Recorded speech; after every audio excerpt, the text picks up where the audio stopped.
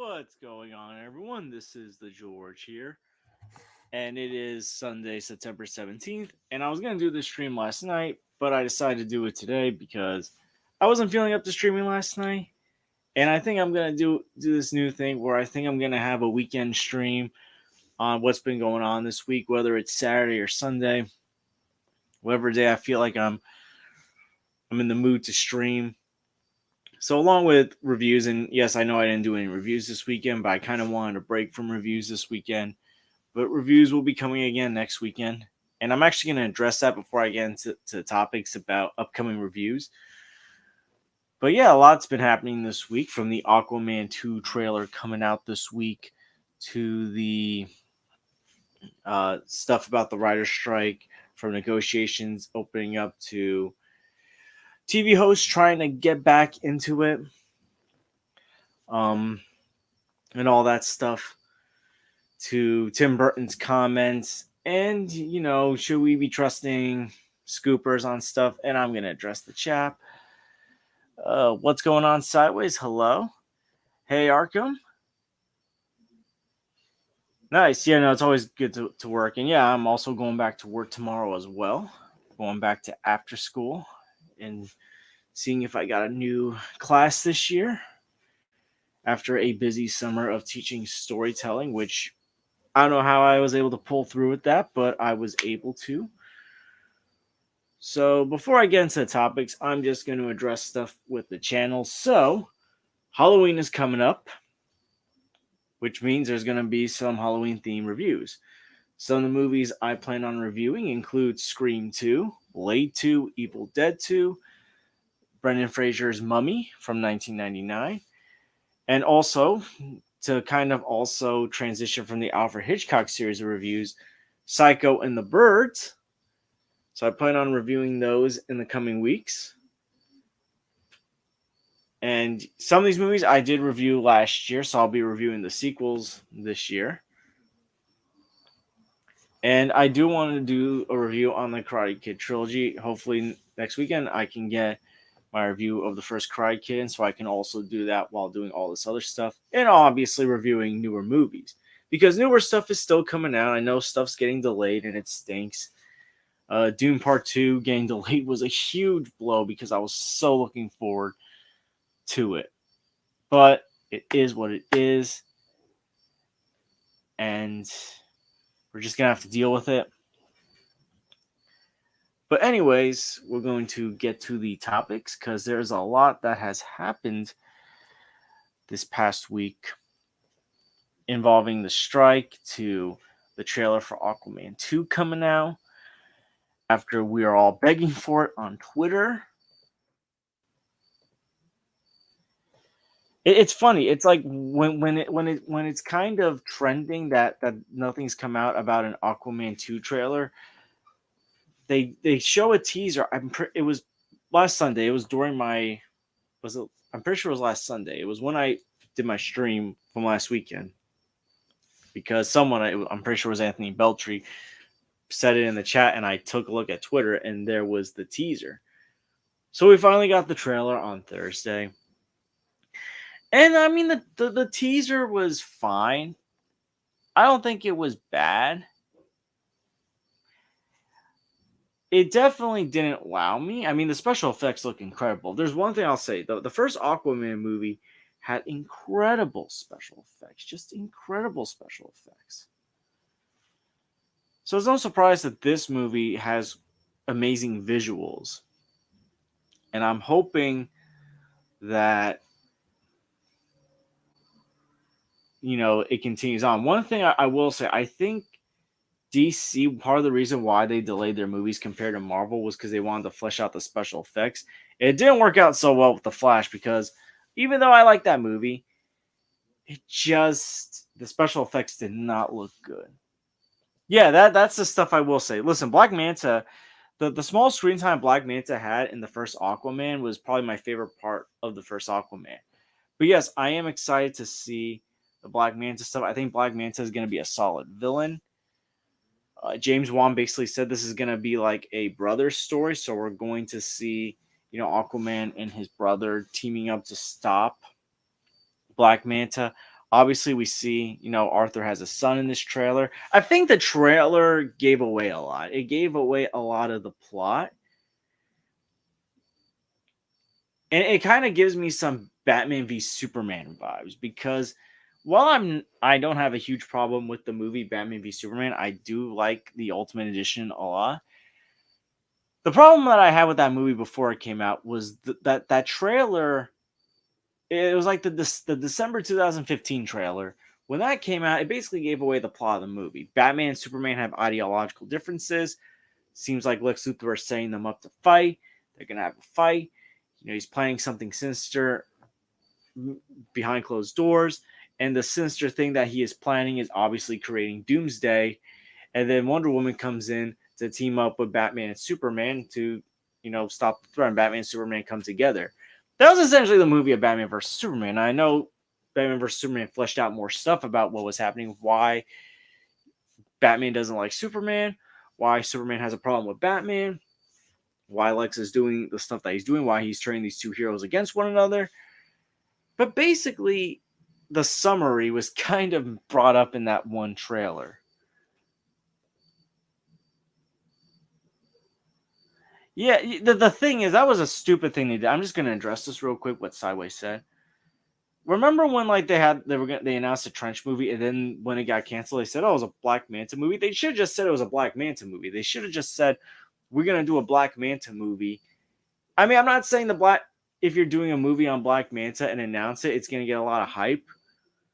But I feel like a character that even casual fans could be familiar with, because that's essentially the first antagonist that comes to mind when you think of Aquaman.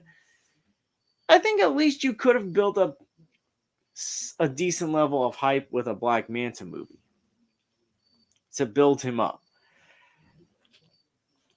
Obviously, a noticeable thing about the Aquaman 2 trailer was the lack of the the lack of Mira. Amber Heard, obviously, a lot of controversy because of the Johnny Depp case from last year. I'm not going to touch upon that. But obviously, there's been those rumors that because of the whole Johnny Depp situation, because of what Johnny Depp had accused Amber Heard of doing, that obviously meant that they made Amber Heard's role, Mira's role, smaller. Apparently, that's always been the attempt by James Wan. He said, it was Arthur and Mira's story in the first film, and this is the story with him and his brother Orm. So, which I like. It does kind of give me a bit of a Thor: The Dark World vibe. And if we all know by now, Thor: The Dark World is considered everyone's least favorite MCU movie, or one of their least favorite MCU movies. Now, there's a good chance that Aquaman 2 could pull this off better than Thor: The Dark World did. I mean, James Wan, I think, is a good filmmaker. Obviously, he's great at horror movies. Having said that, there has been some concern with this movie. This movie has gone through several different rewrites. Apparently, during the Amber Heard Johnny Depp trial, apparently they when they were testifying, they were saying how like Aquaman: The Lost Kingdom had to go through reshoots because it was not considered a good movie. Obviously, this was, and we remember this was a movie that was supposed to come out back in 2022, had gotten delayed many times, but I mean, there's other reasons why this movie has probably been reshot. It's also due to the fact that the delays and its placement. One month they say, or one day they say it's going to come out before the Flash movie. This was back before James Gunn was taking over, and there were plans for the DCEU or some form of plan for the DCEU. The next day, the movie's supposed to come out. It's taking place after the Flash. If you recall, Michael Keaton at first was supposed to be in Aquaman: The Lost Kingdom as Batman, because if you remember the original plan after the Flash, Michael Keaton's Batman was going to be the DCEU Batman. But then the next plan has Ben Affleck's Bruce Wayne Batman. I think it was supposed to be Bruce Wayne, not even Batman. Just Bruce Wayne was going to be in the movie. And I think that was when they decided, hey, this movie's going to take place before the Flash. So there's a lot of confusion, and I think the reshots aren't. I mean, part of it could be due to how concerned they are about the quality of the movie, but I think other things play a role in it as well. Just do we know what direction DC's gonna go? Now, this is basically the conclusion of the DCEU. I know people are saying, "Oh, could this be included in the DCU?" I don't think so. I don't think so. I know it seems not likely, but more likely that Jason Momoa, compared to most of the other characters in the DCEU, is going to continue. I think there's a good chance of that. There's a good chance of that happening compared to other actors. But this is essentially our conclusion to the DCEU. Because next year, apparently, I think Creature Commando is still planning to come out. And then in 2025, we're going to have Superman Legacy. Now, that's if it doesn't get delayed regarding the strikes, because the strikes have been delaying stuff. Now, we are going to get into the writer strike because there's a little bit of hope with the writer strike. I don't know what's going on with the actor strike. I think we're still in the getting worse before it gets better stage of the actor strike. By the way, if you hear crickets or rain, my window is open. So if it gets too noisy, I will shut it. But anyways, we don't really know what direction DC is going to be going in after this. We know we got the reboot, but we don't know who from the previous universe could be rebooted or retooled in this new universe. But I will say that the trailer got me more hyped than I originally was because I was getting worried. But I will say, I was a lot more hyped for the first Aquaman movie when the first trailer came out. It was the Comic-Con 2018 trailer. And I felt like there was just more energy with that trailer. Like a more sense that it's going to, of an epic movie from the first trailer of the first Aquaman movie. I don't know. I just felt like there was a more epic feel, a more exciting feel to the movie. So hopefully this movie's at least as good. I don't think it's going to be better than the first Aquaman movie, but I think it could be just as good or still good, but not as good. This movie's still coming out this year. This isn't getting delayed. I think this is going to be one of the movies that's supposed to come out this year that's not going to get delayed. I think Warner Brothers just wants this DC universe to just be done and over with so they can move forward with what James Gunn's got in store. So, and I think also, I think there's a more optimistic hope that the actor strike could be over before Aquaman comes out. And the thing is, when the actors are going on strike, I think I've said this before, but for anyone who's watching this that hasn't seen me on other streams talking about this or have heard me talk about this before on my channel, during the actor strike, you can't be promoting your work. So I think part of the reason why Dune Part 2 got delayed, even though that movie was done filming, is they obviously want the stars to promote that movie. They want the actors to do interviews for that because you got Timothy Chalamet, you got Zendaya, you got Florence Pugh, I think Austin Butler. Obviously, you want them to do interviews,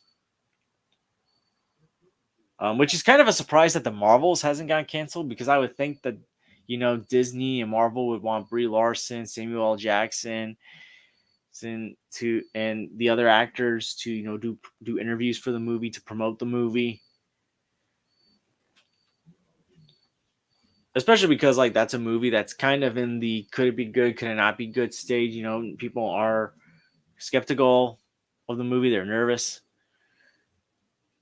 I think with Aquaman, I think hopefully by then the actor strike is done. If the actor strike is not done by December, I don't know what else to say. But yeah, those are my quick thoughts on the Aquaman 2 trailer. Maybe I'll touch more upon it later on in the stream if anyone's got any more questions in the chat about the Aquaman 2 trailer. But yeah, I mean, I'm a little bit more confident in the movie. I will say that. But I am still a little skeptical. So, yeah, I hope so too. So, here's an update with the strikes. So, the good news is that contract talks could resume next week or this week. We're starting a new week, which, could be seen as a good or bad thing. But obviously, we're entering that stage where I think the studios were pushing the actors. If you recall, back in July, I think it was right before the actors went on strike, an article came out where someone leaked out that the studios were hoping that by October the writers would give up because by then they could lose their houses, they can lose their apartments, they can lose their way of living and be desperate enough to want a new deal that could still benefit the studios or, make them end the strike with no new deal. So we're obviously more than halfway done with September already. September went by so quickly. It's crazy. I mean, it's hard to believe because in 3 weeks, for those of you who don't know, in 3 weeks it's going to be my birthday. I'm going to be 27. I'm getting old. I'm 3 years, well, not old, but sheesh, I don't even feel like I'm going to be 27. I still feel like I'm 20. But anyways, we are a few weeks away from October. Or actually 2 weeks from October. Yeah, I'm pretty sure we're 2 weeks from October. Yeah, okay. We're 2 weeks away from October. Thank you, Jeffrey Miller. Not yet, not yet. In a couple weeks, I'll be 27. But thank you. Maybe I'll do a birthday stream. I don't know yet. But anyways, from what it sounds like, the studios, but here's the other thing to understand: the studios are suspending production deals. So last weekend we brought up how they suspended deals with people from Warner Brothers, or at least Warner Brothers Discovery suspended some deals. I think some other deals got suspended. I'm gonna pull up an article, um, see what other studios, because we know Warner Brothers did. If you watch my stream from last week, we mentioned Warner Brothers. They suspended deals with J.J. Abrams and other people.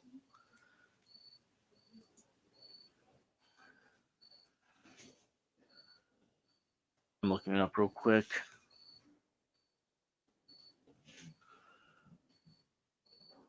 Okay, so so I'm gonna pull it up. We just make sure no videos pop up because I don't want copyright or any audio. Okay, I'm gonna put it up because now it's not just Warner Brothers that is suspending deals. NBC, Universal, and CBS Studios are suspending producer deals.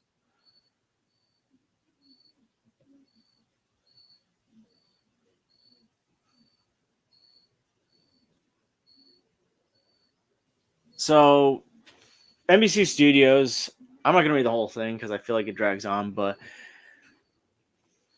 so both the film and TV for studios are suspending their packs for all non-writing producers who can't render services as a result of these strikes. That includes Lorne Michaels' Broadway Video and Dwayne Johnson's Seven Bucks Productions. CBS Studios is doing the same thing, including Phil McGraw and his production company Stage 29, and Devon Franklin and his Franklin Entertainment. So the studios are still going to be paying their salaries through the end of 2023. And as I brought up, we remember what happened last week. Not just J.J. Abrams, but Greg Berlanti, Bill Lawrence, and Mindy Kaling. And we're probably going to see more. If I don't know what deals, who else Disney has production deals with, or ABC. There's no termination deals so far, deal terminations, and there's been no talk of imminent force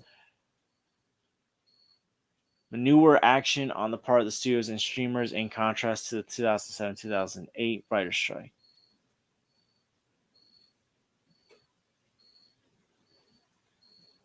So, at both NBC Universal and CBS Studios, some top talent, including Dick Wolf, Seth MacFarlane, Al Kurtzman, they are still continue to provide services on non-struck work such as animation and unscript under their packs, which have not been suspended. But they are extending health insurance for non-union TV crew members to the end of 2023. And they're the only studio still providing health benefits to out of work PAs and other non-union production employees during the strike. So, this has gotten very interesting. Okay, so that was basically it. So, I'm going to shut my window real quick. Hold on, because the rain's starting to get louder.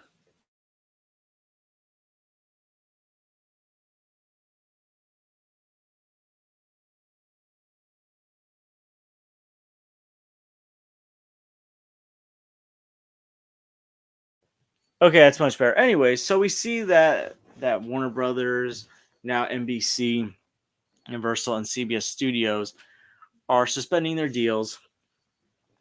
And I think this is what's starting to push the studios to get back on the writing table.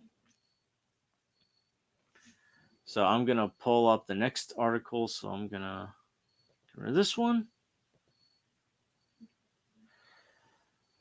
And I'm going to pull up the next one about them going back.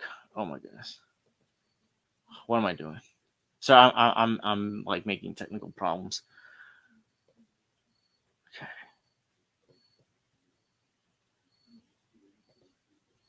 All right.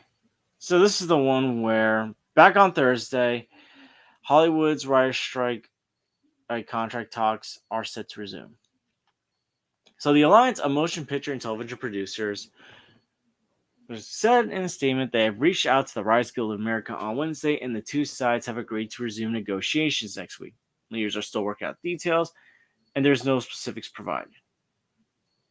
So every member company of the AMPTP is committed and eager to reach a fair deal into working together to the with the WGA to end the strike, this statement said. There are no talks yet planned to sell the actor strike. That's what I meant. I feel like at this point, while the writers, like, we might be making progress on the writer's side of things, there is still a lot of work that needs to be done in regards to the actors. I haven't really heard much about the actor side of things.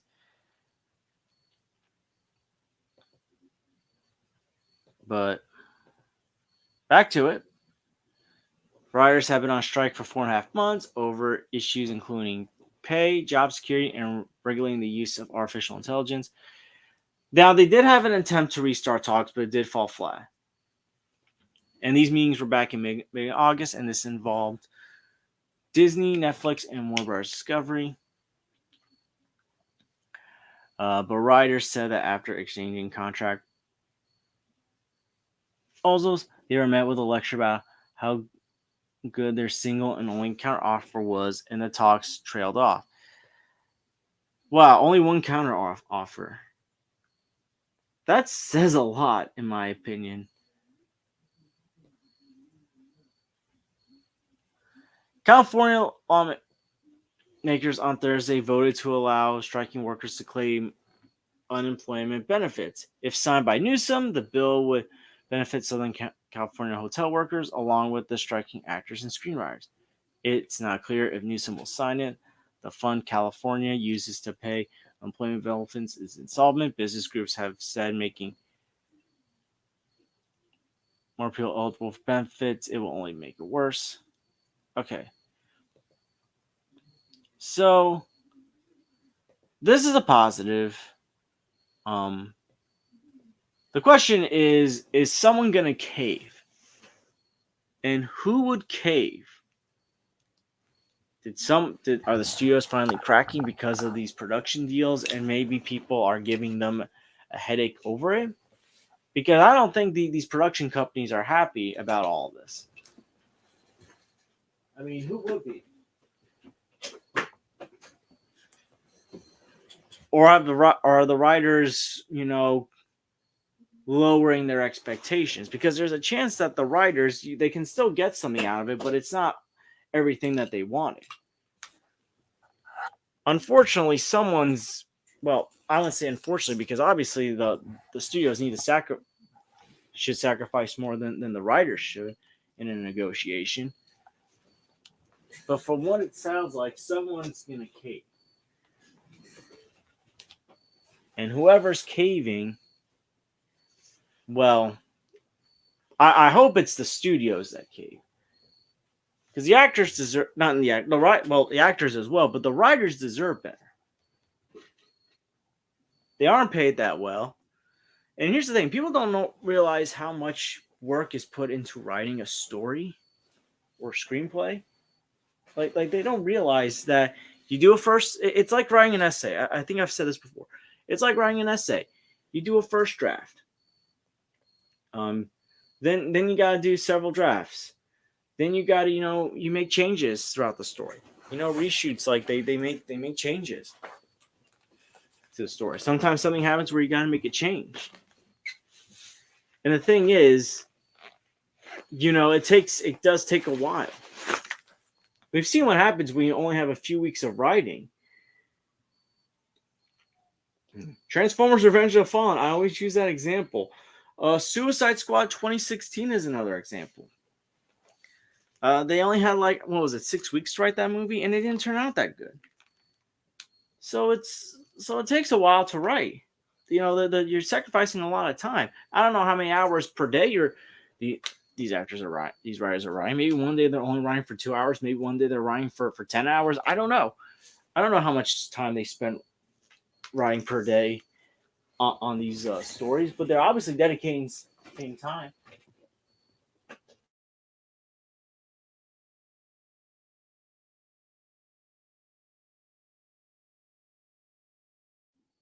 So they obviously deserve better. Now, even though it looks like there could be some hope that this could end soon, it hasn't ended yet. That's the thing. Just because there might be some hope and progress does not mean it's going to end this week. There's a chance this thing could take, still a couple more weeks. And I get it. Some people are starting to get impatient because we're seeing some people, they're trying to get their shows back on. Drew Barrymore, I know we talked about last week, Drew Barrymore was trying to get her show back on, but now it's not going to happen. I'm going to bring that up next.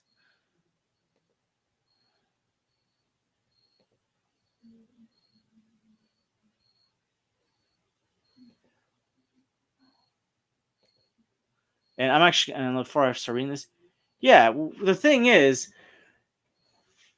depending on a movie's length, there's going to be a lot of pages written in the script. There's probably a lot of pages were probably written to write the Batman. That movie's almost 3 hours long. A lot of pages for Avengers Endgame, because that movie's 3 hours long. Martin Scorsese's upcoming movie, Killers of the Flower Moon, that's gonna be around 3 hours and 40 minutes. That's probably gotta be a bunch of pages. The Irishman from almost 4 years ago, another Scorsese movie, was like 3 hours and 30 minutes. I know not every movie's that long. Sometimes you're lucky to have a movie that's probably like an hour and 30 minutes long, or around an hour and 40 minutes long. Movies that Kevin Smith makes, like Clerks 3 or Clerks, Mallrats. But then there's those movies that are so many hours, and the writers are putting so much into it. And for goodness sakes, the Snyder Cut. I know we get sick and tired here about the Snyder Cut, but let's remember, the Snyder Cut was 4 hours long.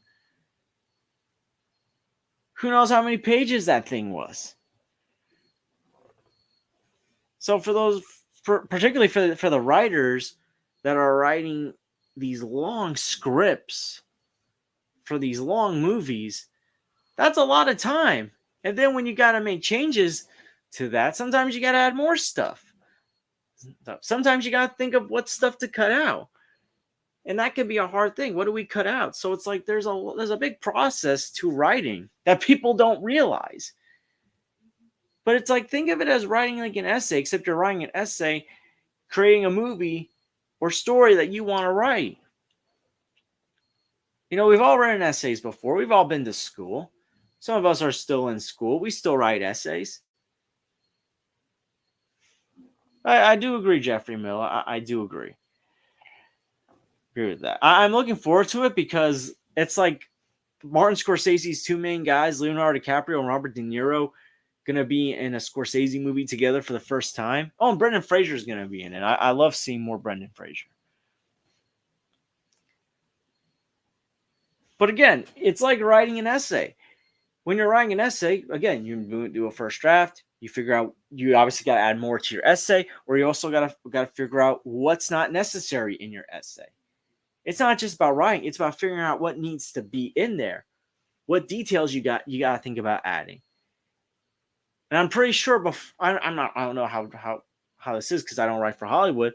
I'm pretty sure before you even start writing the script, you outline key things about what you want. You obviously want to outline what the beginning, middle, and end is going to be, like a book report. So remember that there's more to just to these writers than just writing. You got to make decisions as to what to keep, what to add. You know, following the directions of your director. It's not that easy. It could be fun, but it's definitely not easy. So let's just keep that in mind. Now, I'm going to move on to this Drew Barrymore thing. I'll probably touch more upon this as well as we go through the stream. But now let's talk about Drew Barrymore, because remember last week when we did the stream, Drew Barrymore was saying about coming back. And this week she said she's not going to come back. And she got a lot of flack because she was returning about the writers. And so Drew Barrymore has apologized because she received pushback and said there was nothing she can do to make it okay. And she basically came to the decision in a statement on Instagram to pause the show's premiere until the strike is over. She has no word, and she said, "I have no words to express my deepest apologies to everyone I have hurt, and of course to our incredible team who works on the show and has made it what it is today."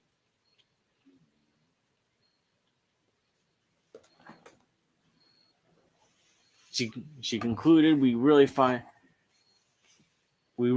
to find our way forward, and I truly hope for a resolution for the entire industry very soon. A spokesperson for the Drew Barrymore show shared a statement that read, "We support Drew's decision to pause the show's return and understand how complex and difficult this process has been for her."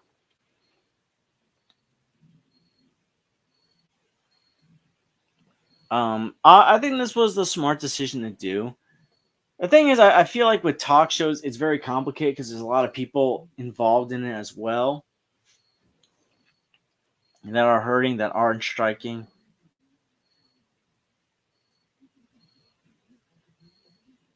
And obviously, the Guild has threatened to picket any struck show that continues production for the duration of the strike.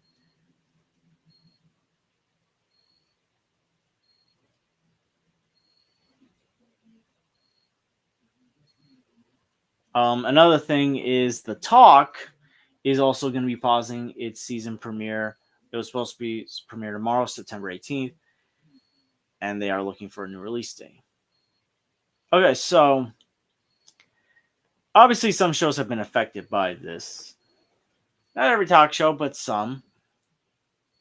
If you anyone who watches ABC's The View with the women on The View, they've acknowledged that they've been doing this show without writers, but I don't think that's a struck show. Now, someone who's been getting even more flack than Drew Barrymore, and I think part of this is due to the fact that he has kind of made some tone deaf comments about this, which is no surprise with this individual, is Bill Maher. So we all know Bill Maher. Maher's got his own show on HBO. He's always got some interesting guests on there. I'm not getting political. I'm not going to get into politics, but we know he likes to delve into politics. And obviously, if you follow politics, whether you love it or hate it, no matter what side you're on, there's a lot going on in the political world, which I'm not going to touch upon. But obviously, I can see why Bill Maher wants to continue his show at the moment, because he's obviously has a lot to talk about. He obviously wants to probably have certain guests on, because that's Bill Maher for you. But Bill Maher, who has also said he's going to be returning to a show without producers, is getting slammed harder. Yikes. So I'm going to find the article of one of the articles of Bill Maher.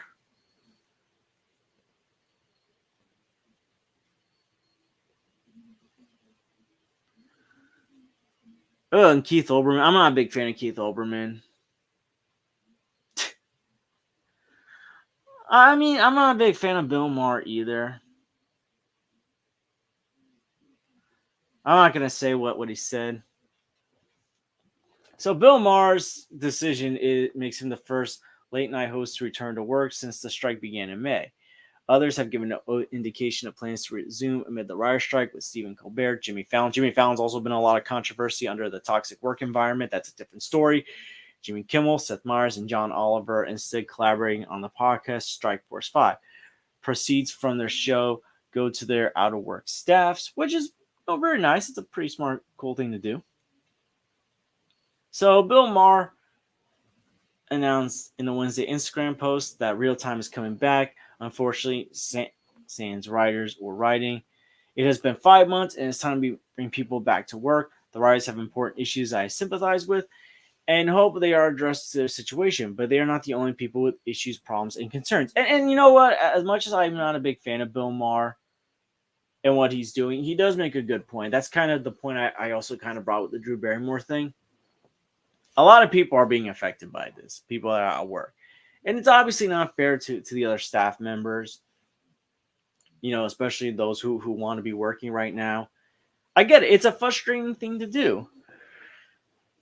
Frustrating thing to happen. At the same time, the studios brought this upon themselves because they're not exactly treating their writers all that well. And the thing is, you're not hearing these crew members say, "Suck it up writers, you better be helping us." It's not like that's happening. Everyone's trying.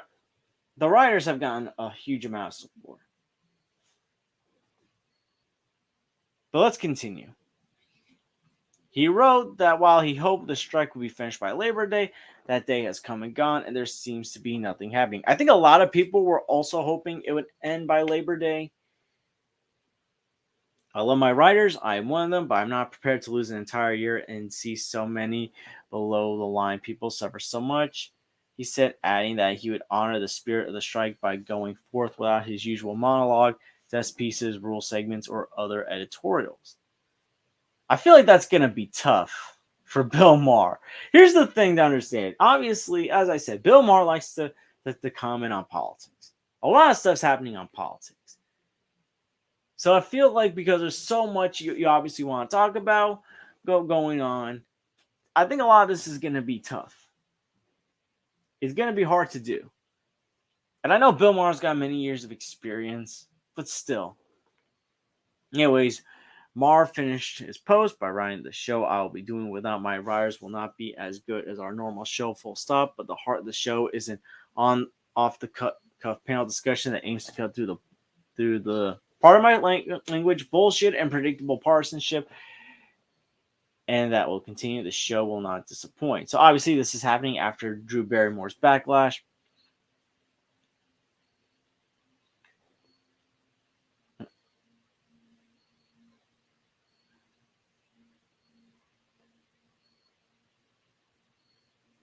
I also forgot. Live with Kelly and Mark also continued throughout the strike without their writers.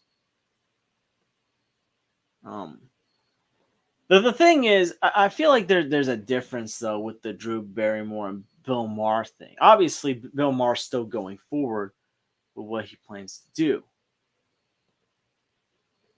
But I know Bill Maher, he made some comments on the riot strike that I'm gonna find.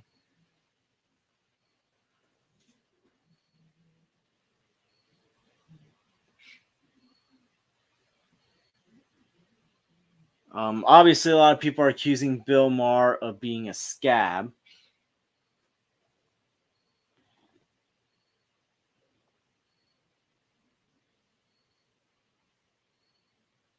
for doing this.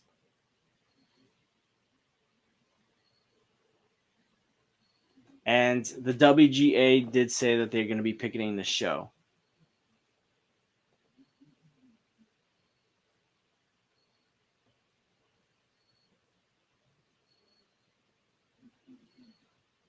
Okay, I'm trying to find his comments.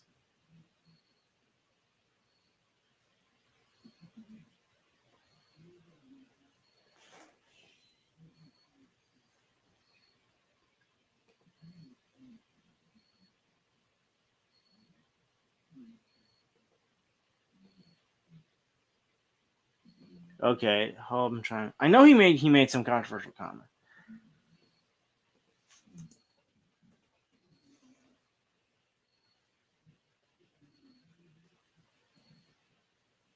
Okay, so I found something from Forbes.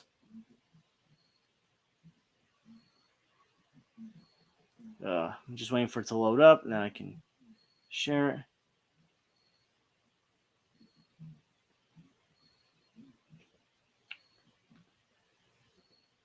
Okay, so obviously this isn't the first time Bill Maher has done something controversial with this riot strike. On his podcast Club Random, Bill Maher objected to the ethos behind the Writers Guild of American strike. So this is Bill Maher's comments. What I find object objectionable about the philosophy of the strike is it seems to be they have really morphed a long way from the 2007 strike, where they kind of believe that you're owed a living as a writer and you're not. So said Maher about the WGA's terms sent forth to the Alliance of Motion Pictures and Television Producers. He added, "This is show business. This is the make or miss league." The podcaster told his guest, stand-up comedian, actor, writer, and producer Jim Garrigan, they're asking for a lot of things that are like kooky. So, kooky, he uses the word kooky. So let's remind everyone what the kooky demands are. So the kooky demands are fair compensation, more equitable residuals, staffing requirements, protections from the deployment of artificial intelligence, and more. Maher's comments coincided with Labor Day in the United States, a federal holiday. We already know this. Labor unrest and worker strike threats are proliferating through numerous industries, expanding beyond their traditional strongholds such as manufacturing into new areas like healthcare and service industries in 2023. This reflects demands for higher pay amid high inflation and better working conditions across blue and white collar jobs. Now, I'm going to also remind you guys that there's a lot of strikes happening in the United States. This isn't just like the entertainment industry. Um, I know in New York City there's a school bus strike. Um, I know that because I live in New York City, and I work in public school, but my pay is from the YMCA. So 85,000 Kaiser Permanente employees are voting on whether to authorize what would be the largest healthcare strike in U.S. history. The United Auto Workers Union has authorized a strike on September 14th if automakers Ford, General Motors, and Stellantis. Sorry if I'm mispronouncing this. I'm not a good pronouncer. The big three failed to meet the demands of over 150,000 workers. So unions representing rail workers in New Jersey, New York City, and Philadelphia are considering walkouts, picketing, and other strike actions as they seek recognition and increased compensation for keeping the rail systems running throughout the COVID-19 pandemic. Um, just a lot of strikes happening all around. It's crazy, but you know what? A lot of these companies, they got so much money. And here's the thing: a lot of people, they're like, I know when shutdown happened, a lot of people were out of work. But a lot of people were still working during shutdown. A lot of people came back to work in a few months when COVID was still spreading. So let's just acknowledge the fact that people have been working, whether it's doing through COVID or other stuff. And they deserve better. We got to remember, everyone's a human being. And it's crazy that, like, I mean, I'll be honest. I follow basketball. I'm a basketball guy, and I will be doing more basketball content, by the way, on this channel. But I'll just say this. NBA players get paid crazy money. Crazy money. It's just crazy.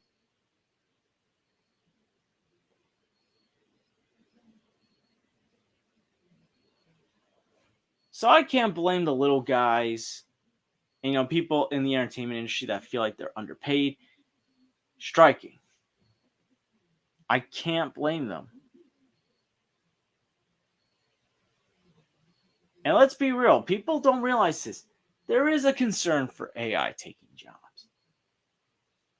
There is a concern. There's AI writing tools all around. You can find AI writing tools on the internet. And yet, none of them can do as well as a human who has human beings that have imagination, that have ideas, that actually do the research. AI thinks that, like, AI can easily just pick up something from Wikipedia and use that, but it's like they don't know everything. They don't know the small details that people don't put online of a comic book or a book. People don't realize that this is not kooky ideas. People are generally concerned about this. People feel like they are getting screwed over with money. This isn't kooky. It's a general concern.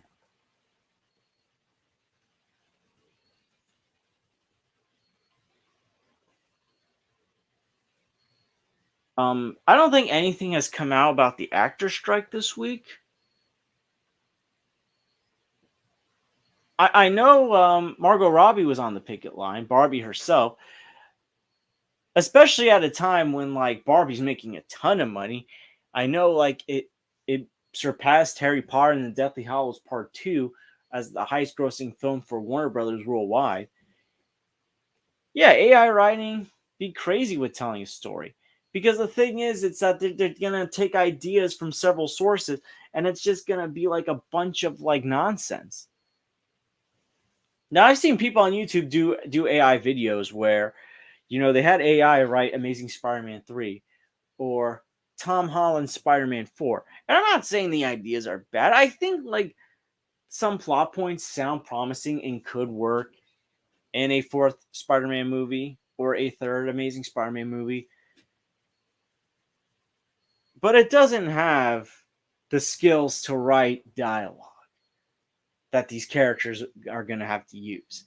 It doesn't have the skills to point out the small, important details. The thing is, when you watch a movie, you got to pay attention to the details of stuff. For example, if you watch classic Alfred Hitchcock movies, because that's what I've been doing on my channel. I've been, rewatching some Alfred Hitchcock movies. I've been reviewing them. You got to pay attention to the details with these movies because the smallest thing leads to something big. For example, the movie Vertigo. If you've seen the movie Vertigo, this is going to be spoilers for anyone who hasn't seen Vertigo, but it's been out for over 60 years. So, in Vertigo, there's obviously this necklace. It's in this painting.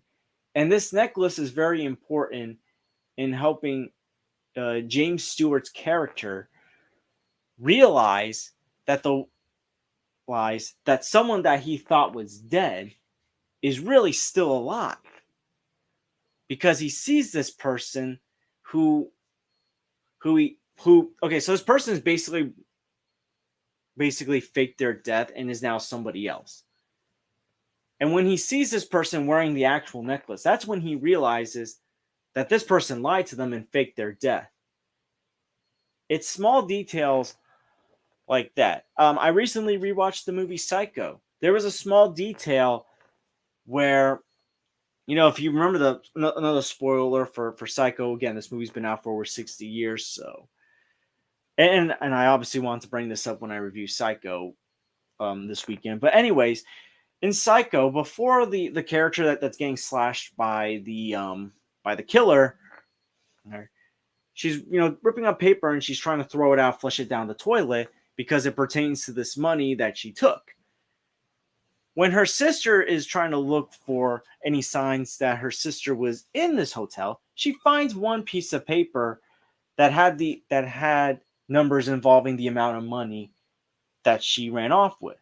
So it's like can AI really use small details that are very key to plot twists to unlocking mysteries in movies? Like can AI really do that? Can AI come with these ideas that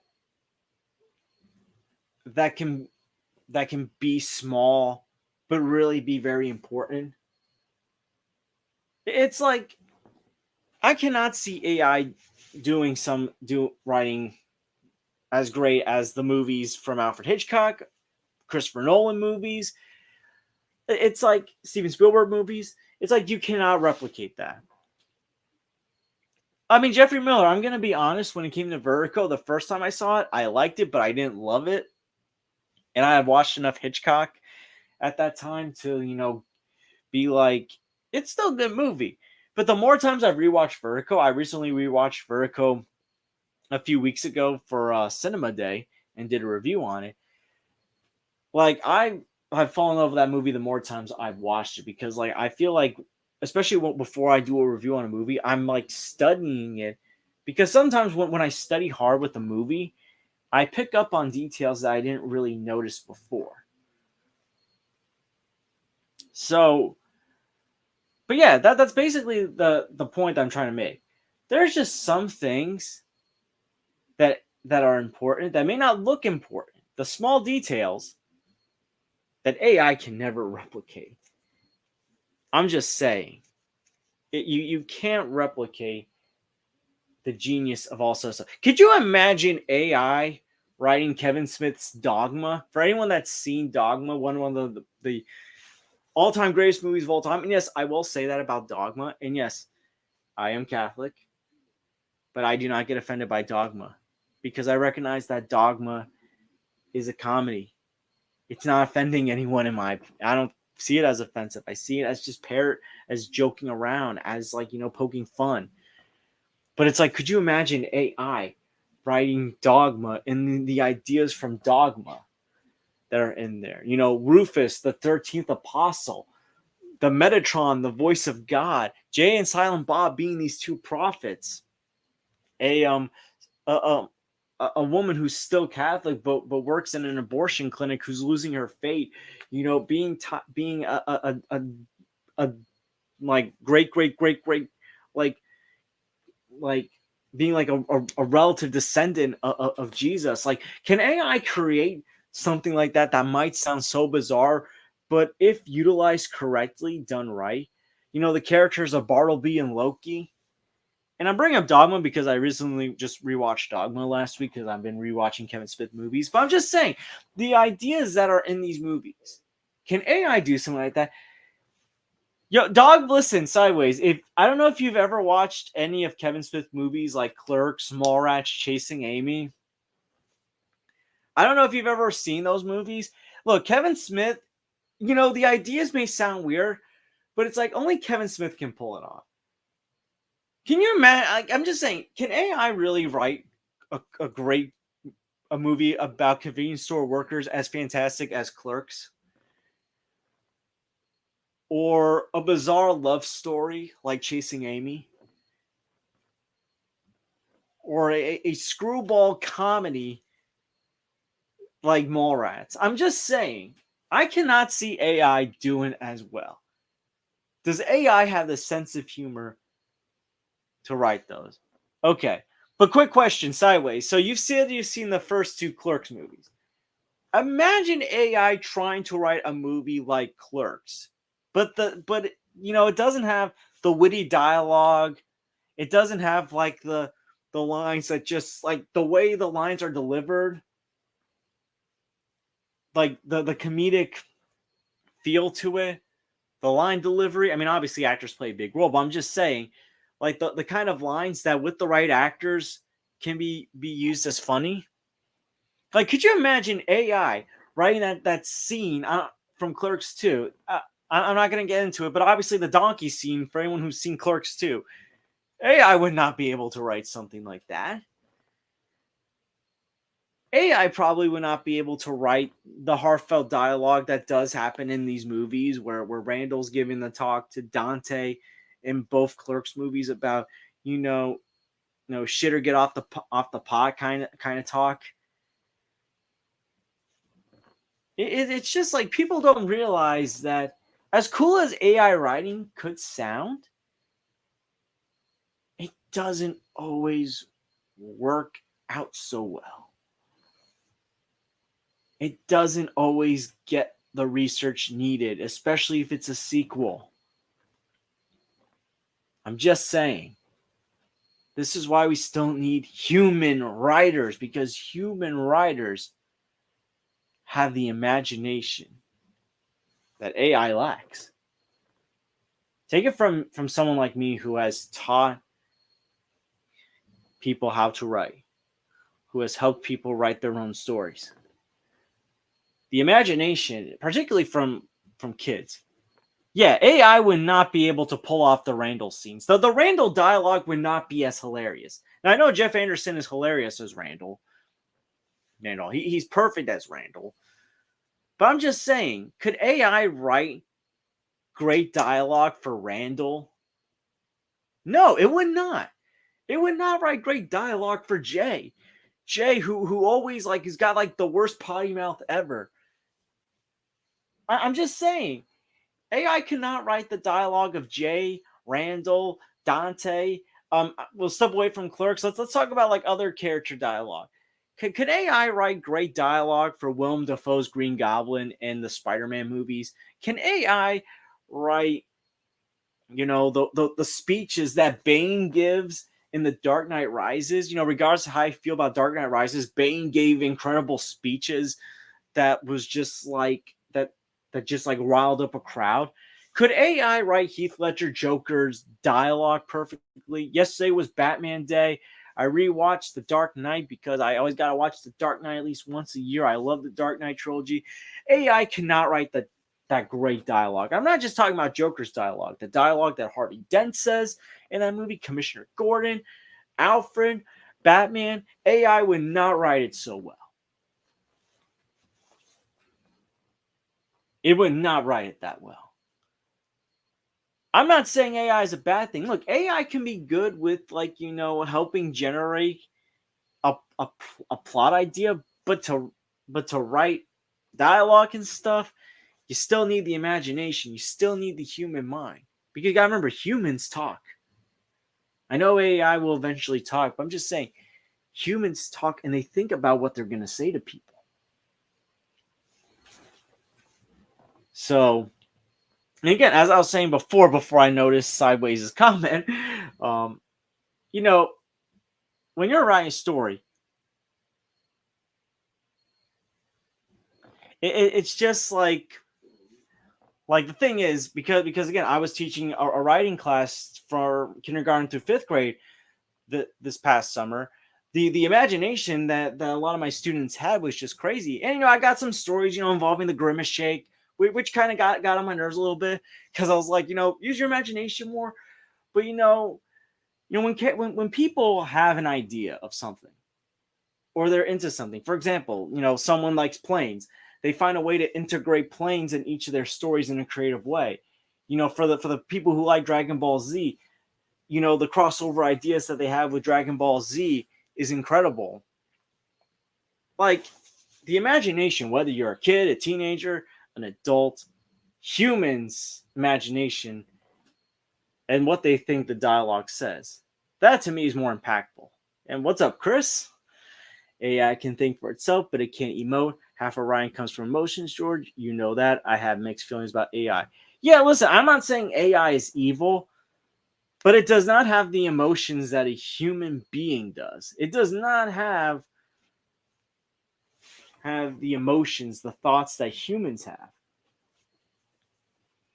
But like I said, like no way can AI write as incredible dialogue that we've seen from Clerks movies, from Dark Knight trilogy movies, from Spider-Man movies, from Nolan movies. You just can't write that stuff. And I feel like I've kind of gone on a rant about this, but I'm just saying, I've experimented with it a little bit. I will be honest. And it just does not sound as cool. But anyways, yeah, Bill Maher made some tone deaf comments, obviously. But you know what? I understand he wants to get back to work. Now people want to get back to work. I'm excited I'm going back to work tomorrow. But yeah, I don't think anything's going on with the actor strike. As I said before, I was talking about AI writing. I think like the only noticeable thing was that more big name actors are getting involved. Margot Robbie. Like, could you imagine AI trying to write the Barbie movie? It would not turn out as good, probably. I'll be honest. I like the Barbie movie. I don't love it, but I did enjoy it.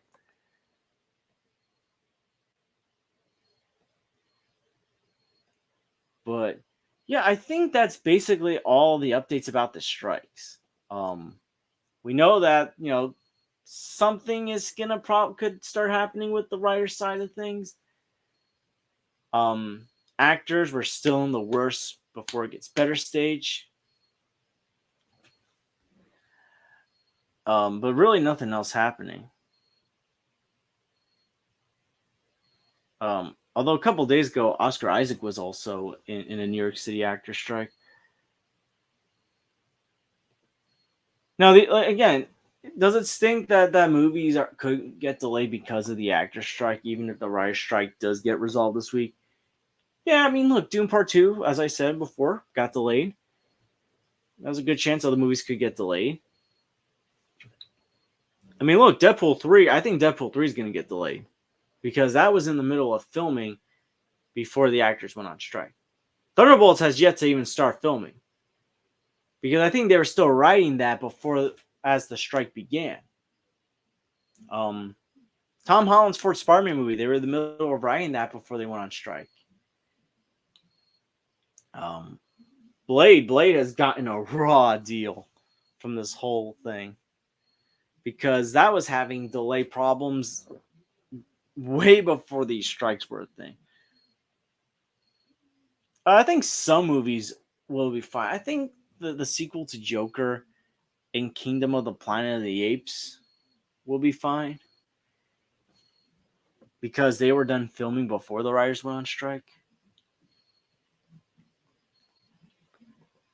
But anyways, that's all I have to say about the strikes for right now. There's obviously some new stuff that's been happening. Well, some comments, and I will start with Tim Burton. One of the things that Tim Burton did mention this week was that Beetlejuice 2, which is supposed to come out next year, I think around September of next year, perfect for around Halloween time, was 99.9% done with filming and needed a day and a half left to finish. Now, from what it sounds like Beetlejuice 2 should be fine to come out next year.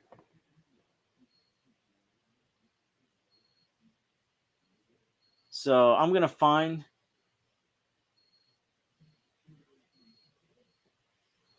the thing about Beetlejuice. Well, he's actually said some stuff about Beetlejuice that I'm gonna pull up. And now Beetlejuice 2 is actually one of my most anticipated movies of next year.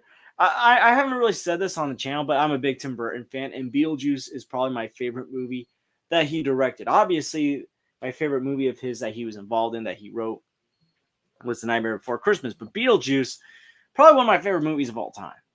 It's a movie that I watch at least once a year around Halloween. Movie that I've seen so many times throughout the years. I saw it as a kid. I remember The VHSs for Warner Brothers movies. I think it was like the Scooby Doo movies, Scooby Doo and the Witch's Ghost.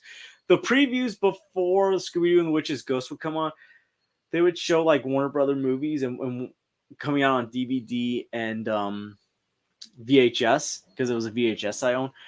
Beetlejuice was one of those trailers, and it was like Beetlejuice would be like, go ahead, make my millennium, and it was like I was always like curious, like what is this movie?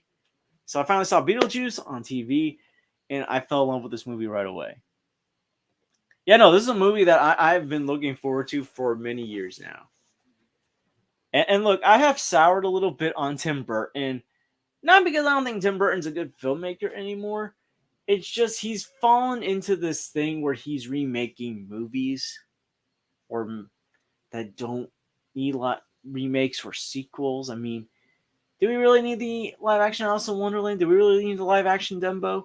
I mean, his Charlie and the Chocolate Factory movie was okay, but I don't love it. Like I love the original Willy Wonka. Same here.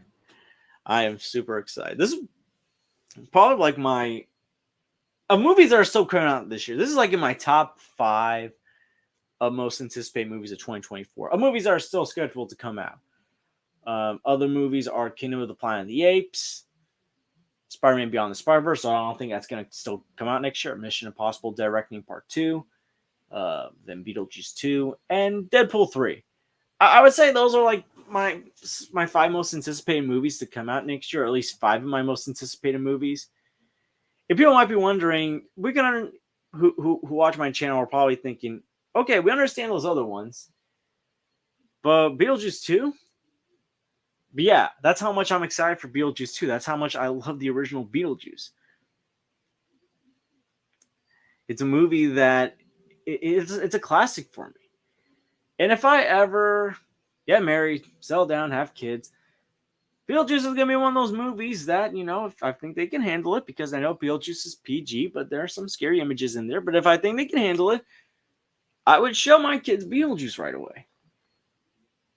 I would show them that because, I saw it as a kid. I loved it as a kid. I've never been scared of it. I would wait until they're a little bit older, but I would definitely want them to have that experience.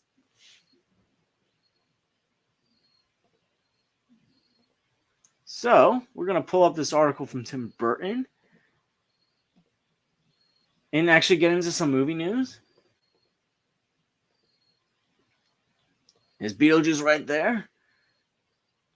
So, Tim Burton reveals how Beetlejuice 2 made him love making movies again. I was sinking into my own grave.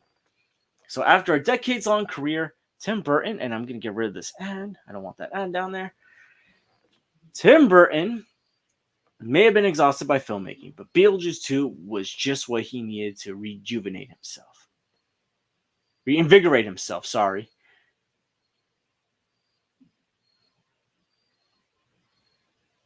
Tim Burton explains how Beetlejuice 2 reinvigorated his love of filmmaking. After the recent success of Wednesday, I still haven't seen Wednesday, Burton teams up with Jenna Ortega again for a long-awaited sequel to his 1988 Beetlejuice.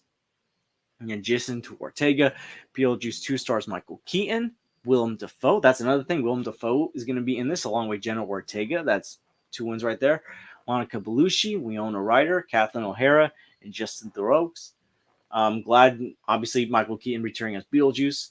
Glad Winona Ryder's coming back. Kathleen O'Hara as well. Speaking with the British Film Institute, Burton said that the upcoming Beetlejuice 2 reinvigorated his love of making movies. The film helped motivate him as he felt like he was sinking into his own grave, which I can understand because, as I said, he was kind of just doing remakes. There wasn't really anything all that original that he was making. So, I mean, I know this is a sequel to his movie, but it's not like he's remaking a movie. He's telling a story of things that are happening many years after the events of the first Beetlejuice movie that he sees happening. So, in working with familiar artists and relying on old filmmaking techniques of Beetlejuice 2, Burton found a new energy. Good, except we had a day and a half left before the strike happened. I felt lucky that we got as far as we did. It is like 98, 99% done. It was a great experience. It reinvigorated my love of making movies. So, based on that, I can see this movie still coming out next year. What's up, Anthony Beltry? Um, I can see Beetlejuice 2 still coming out next year because I think it's coming out next year in September. At most, I think they'll delay it into October if they have to delay Beetlejuice 2. Which, again, September and October, that's perfect for the Halloween season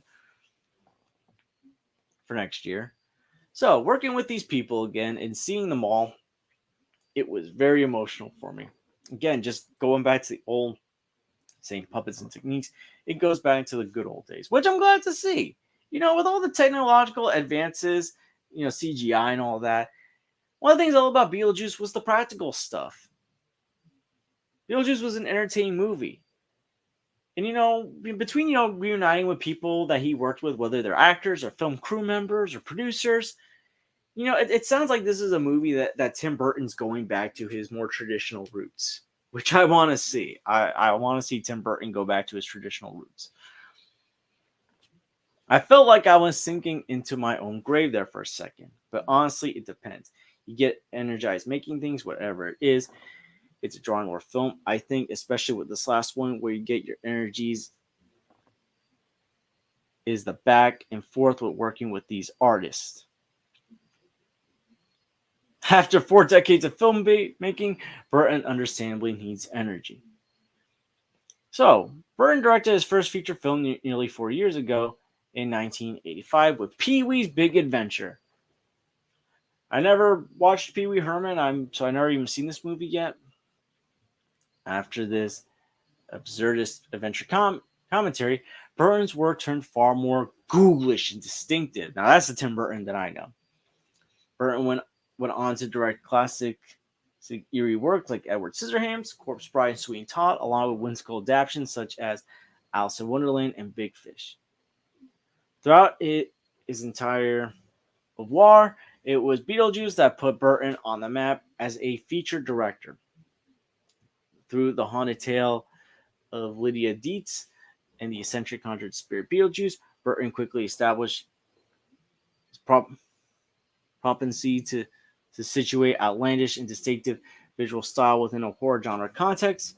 Given his deep connection with the original film, it makes sense that the director would find Beetlejuice 2 so inspiring as he teams up with members of the original cast while welcoming new characters into the world. As Burton references in the above quote, Beetlejuice 2 had just 2 days left to film before the terms of the SAG AFTRA strike cut them short. This means Beetlejuice 2 has relatively little on-set work to go, but as actors and filmmakers' schedules get crowded after the strike lifts, they'll have to put in significant efforts to see the film to completion. Burton's recent words on Beetlejuice 2 are a good sign that the director is up to the challenge. That is a good point. They actually brought a good point. Yeah, I want to see Tim Burton go back to his roots, so I'm glad that this film is happening because it also brings it back to his roots. But yeah, it looks like Tim Burton has gotten like a newfound passion for his craft, for his movie making. I'm glad to see that. He deserves it. There's another Tim Burton article we're going to get into soon, but I'm looking forward to Beetlejuice. I'm great. Can't wait. As I said, I can't wait to see Michael Keaton return as Beetlejuice. Wear that Beetlejuice makeup. Winona Ryder returning. I can't wait to see that. I can't wait to see Jenna Ortega. I think Jenna Ortega is going to be playing Lydia's daughter in this film, so I'm very curious to see how they integrate Jenna Ortega and her new character. I'm very curious what role Willem Dafoe is going to play. I'm a huge fan of Willem Dafoe, not just as the Green Goblin, but if you've watched Willem Dafoe in other movies, he is fantastic. That's one thing I forgot to mention about Aquaman 2. Willem Dafoe is not gonna be in Aquaman 2. That's kind of a disappointment. I liked his character in Aquaman 2. And I was glad to see his character in the Snyder Cut. So I guess that means we're never going to see Willem Dafoe play that character ever again because I don't know what they're going to be doing with Aquaman after that. But back to Beetlejuice.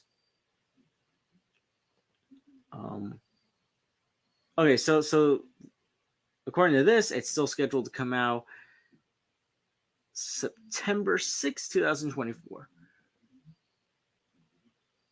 Yeah, that's what I'm curious about. I know when Beetlejuice 2, when it was in the early stages, this was like 15 years ago when they were talking about making Beetlejuice 2. They had a plan for a Beetlejuice movie to take place in Hawaii. I think those plans have are gone. And obviously there's been more time. So I am curious to see what they're going to do for Beetlejuice 2. This I am looking forward to. Is anyone else looking forward to Beetlejuice 2 in the chat? Is anyone a fan of Beetlejuice 2? Does anyone have a favorite Tim Burton movie? I gotta rewatch Edward Scissorhands as well. It's been another film that's been a while since I've seen. Same thing with Corpse Bride. Tim Burton also had other comments to say about certain topics that I'm going to bring up.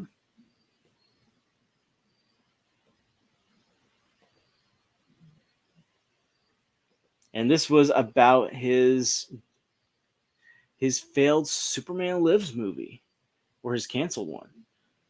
So if you have seen the Flash movie, you recall that there was a scene where a bunch of cameos happened. And one of those was Nicolas Cage's Superman. Now, we never seen Nicolas Cage's Superman movie. However, for some fanfare, they had Nicolas Cage's version of Superman that we never saw during the cameo fest scene in The Flash. So Tim Burton has no regrets over Superman Lives cancellation, but he is not impressed with Nicolas Cage's The Flash cameo. Now, keep in mind, this was a character that never saw the light of day.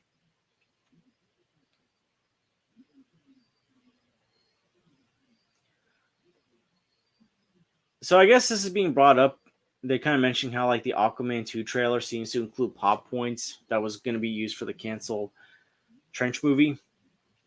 So this is kind of similar to the way The Flash incorporated a short reprise of the canceled Nicolas Cage movie Superman Lives, which once upon a time was being developed by director Tim Burton.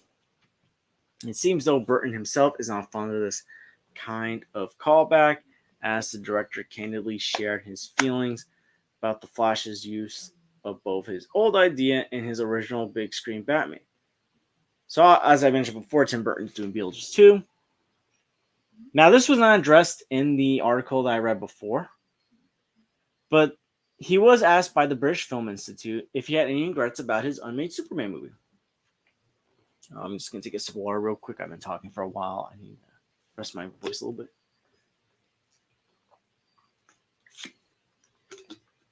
Okay.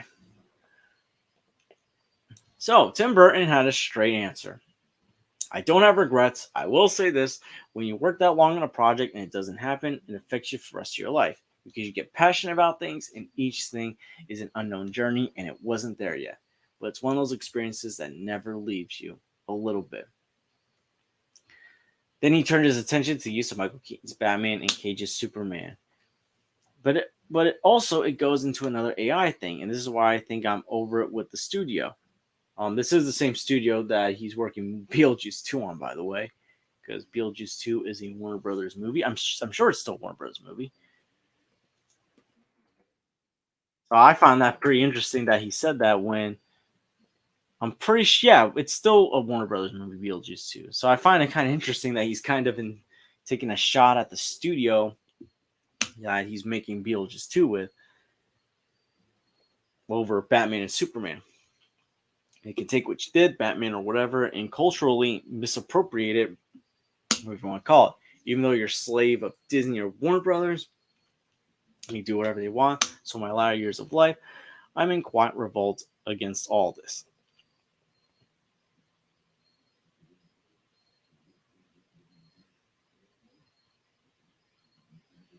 So I'm going to skip over this part.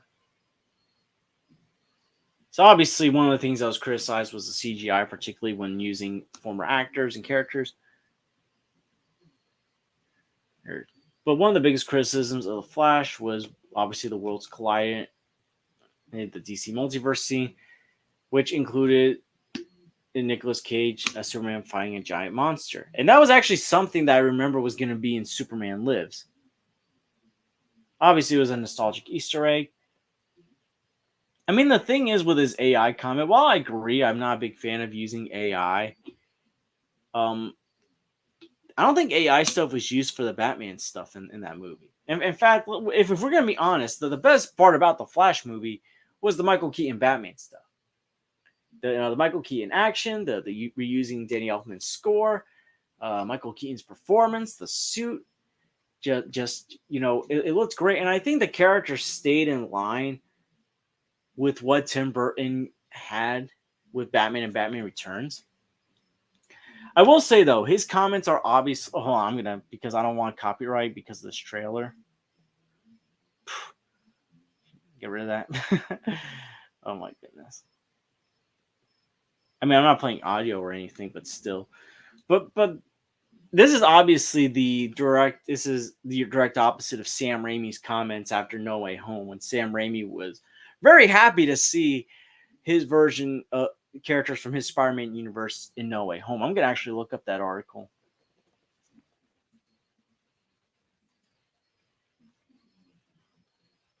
because Sam Raimi, and I know he works for Marvel, he worked for the MCU as well.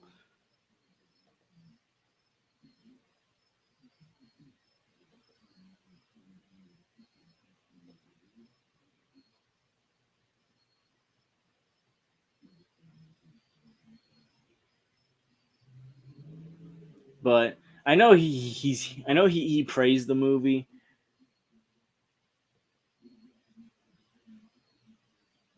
So I'm gonna find that article for to kind of show the difference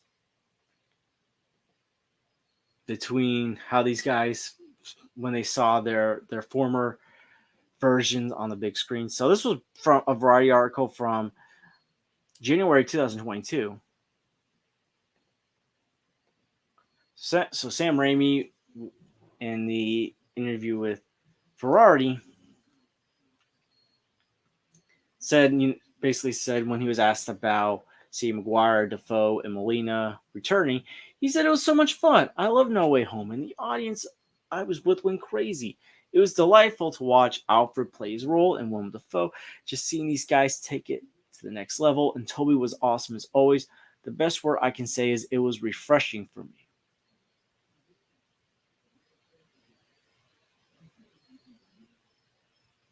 So obviously that's like the opposite of like Tim Burton, who seemed not that impressed. And look, obviously No Way Home is a way better movie than Spider-Man No Way Home.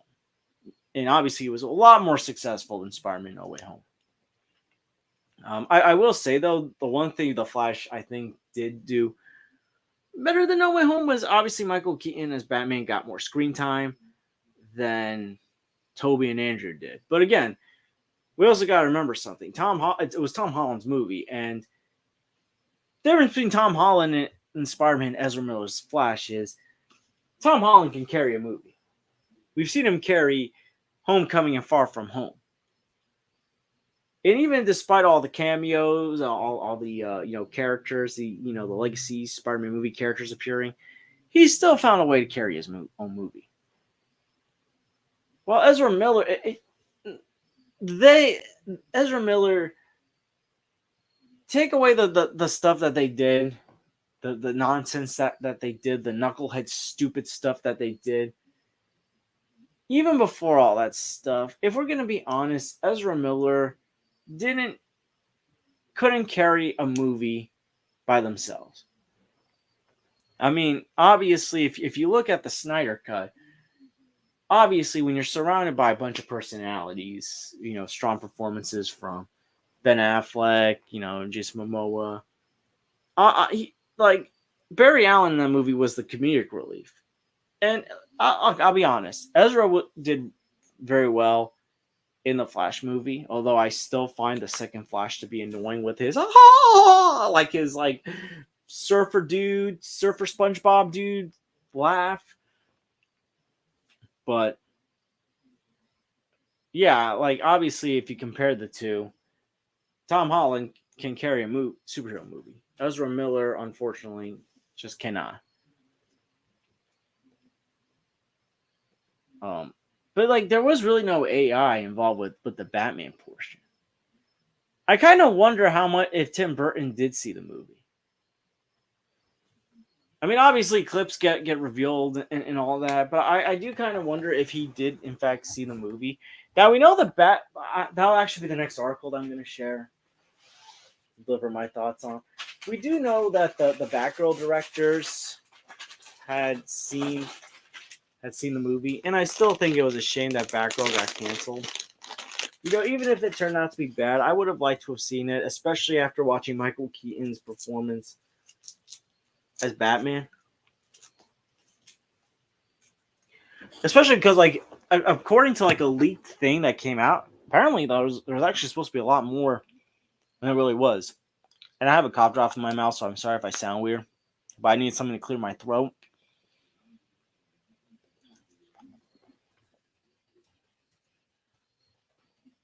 That'll be the next thing I talk about. I don't know if I'm going to be going on much longer, but let me talk about this.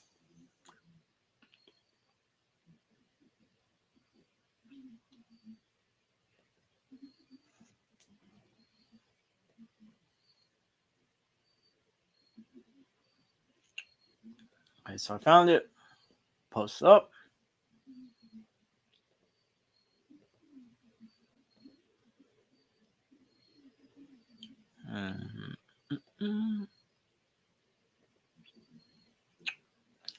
Batgirl directors on feeling sad watching The Flash and why acting of DC film is biggest disappointment of their careers. Obviously, it's a big disappointment. Well, I mean, we know it's a big disappointment because you work so hard on a movie.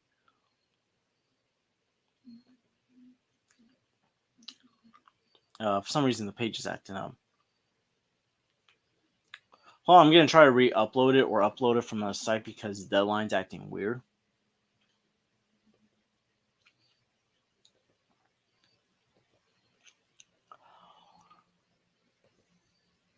Okay, I'm going to find another Batgirl article because, I don't know, Deadline was just acting so weird.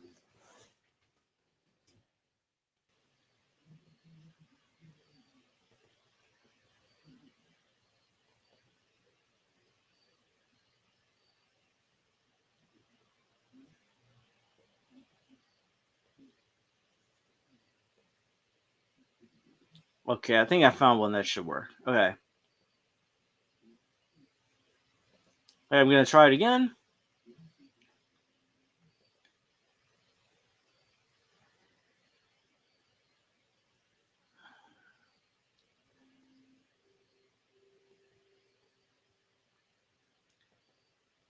All right.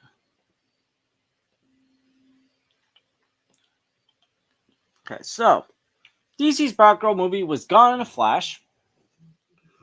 And now the film directors have reflected on their canceled project. So, it's the biggest disappointment of our careers.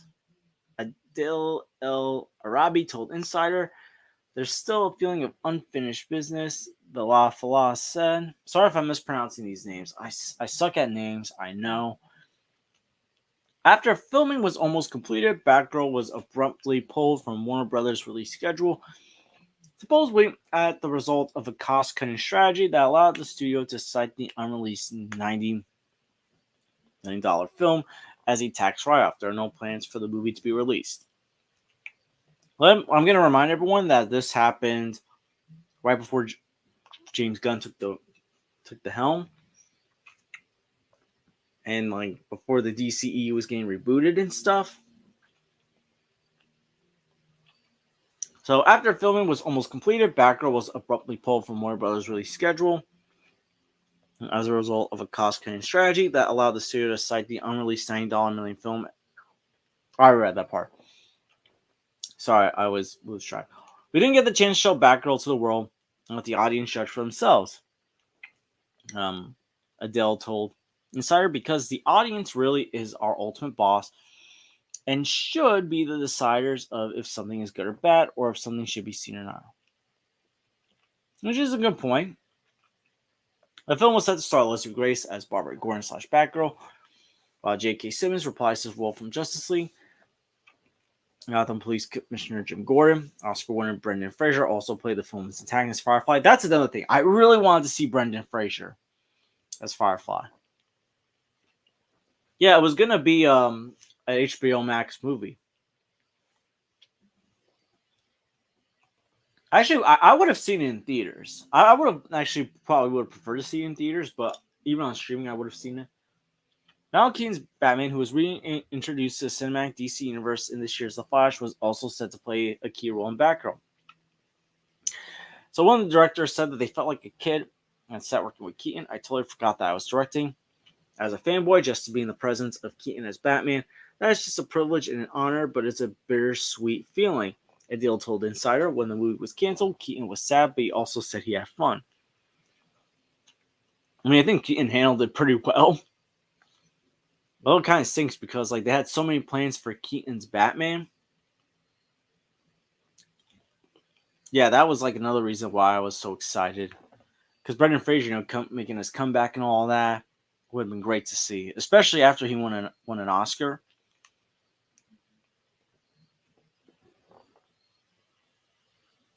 So Flash chronologically it picks up when Keaton's Batman lived up based on Keaton's cut. So based on Keaton's character fate at the end of the final cut of the Flash, however, it seems that DC's plans for this iteration of the character changed considerably between Batgirl's production and the film's release. So obviously, spoiler if you haven't seen The Flash, Michael Keaton's Batman dies in the movie and he's replaced by George Clooney after some timeline shuffling shenanigans. So obviously we know James Gunn's rebooting the whole thing. And none of those Batmans, Affleck, Keaton, or Clooney, will be in the new continuity. So they watched The Flash and they were sad. They loved Muschietti and his sister Barbara, who produced the movie. When we watched it, we felt we could have been part of the whole thing. Yeah, that's true. But yet, they still, this has not extinguished the directing duo's desire to helm a DC project in the future. We love our DC. Our love for DC, Batman, Batgirl, Gotham City. It's so big that as fans, we can never say no to another project. If we got another chance to be part of it, we do it. We didn't get our day in court. We still want to make our case. They should. You know what? I'm going to be honest. Not shitting on Andy Muschietti or crapping on Andy Muschietti. I would rather see these guys helm a Batman movie than Muschietti. I mean, look, the Batman stuff that he did in the movie was fine. But the special effects stuff in The Flash, some of the decision making in The Flash, as much as I like the movie, could have been better. And these guys sound like diehard Batman fans.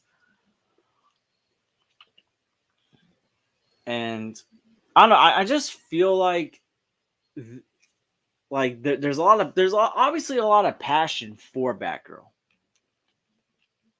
in this movie with these directors. A lot of passion for Batman. Like they talk about how excited they were to work with Michael Keaton as Batman. You know, they kept saying, you know, our Batman. This was before we found out it was Michael Keaton's Batman because there were some people out there who thought that it could be Ben Affleck's Batman. People were like, we are going to have our definition of Batman. That's what the directors were like. And obviously for many people, and obviously for them, Michael Keaton. Hey Donovan Martin, what's going on? I mean, if there's really no competition, it's not, I don't think it's gonna flop. I don't think it's gonna flop just yet. Again, I will say this: I was not that excited for the trailer. I mean, I wasn't as excited for the trailer as I was for the first movie, but I mean, it looks fine. I think it's gonna depend. I mean, look, James Gunn's got his script for Superman Legacy done, or at least his first draft. He's probably gonna make changes once the writer strike is over. I think Creature Commando is still scheduled to come out next year. I mean, double check to make sure.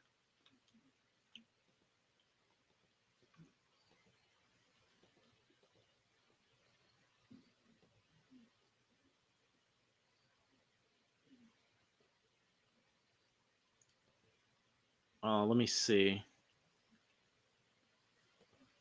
I'm just so cynical for DC at this point. Oh, Aaron's here. Finally, I'm What's up? back to George's channel. Okay, I'm just so cynical for DC at this point. Their stuff right now is worse than mediocre right now. Yeah, Wait, okay. Um, oh, what could be worse than mediocre? yeah, that's a good point. But I was talking about the Batgirl directors being disappointed after watching and being disappointed.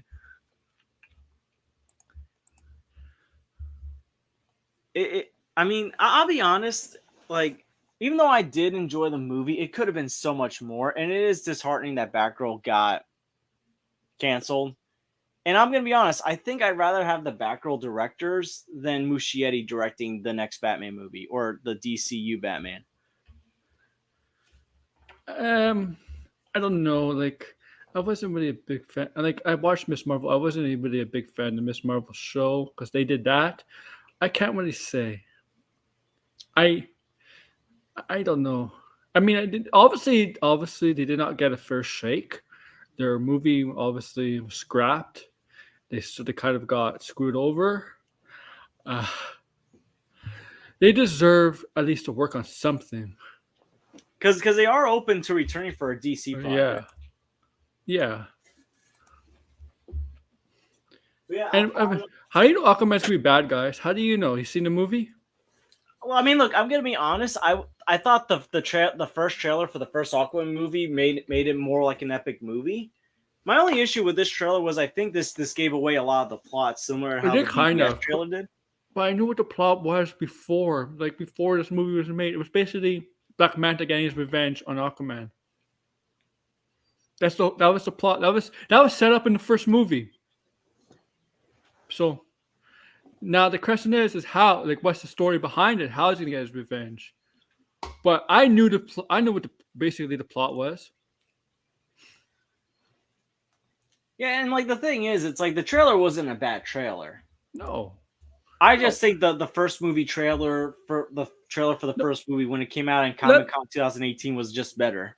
Okay. Remember how everybody compared like the Thor: Love and Thunder that took 2 or 3 months to come out, right? Because this is the same thing, right? The Thor: Yeah, Love and Thunder trailer wasn't anything special. This was better. yeah. I will say, like, I thought this trailer looked better than the Thor: Love and Thunder one. Well, I mean, here's the thing. Like, if you remember the No Way Home trailer, the first one like came out at the end of August. This is only coming out like a Yeah, few no, August, weeks September. Yeah, after, yeah, if you kind of look at it. So it's like yeah, the thing is, just because the trailer is coming out late doesn't mean anything. For me, it just made me wonder if the movie was going to come out this year because of all the strikes. yeah. It's coming out. No. Because one of the reasons they canceled Doom Part 2 was because of the actor strike, because they want those actors to promote that movie. And it's like, obviously, for this movie to get any sort of money, you obviously want Jason Momoa and company to promote this. Yeah.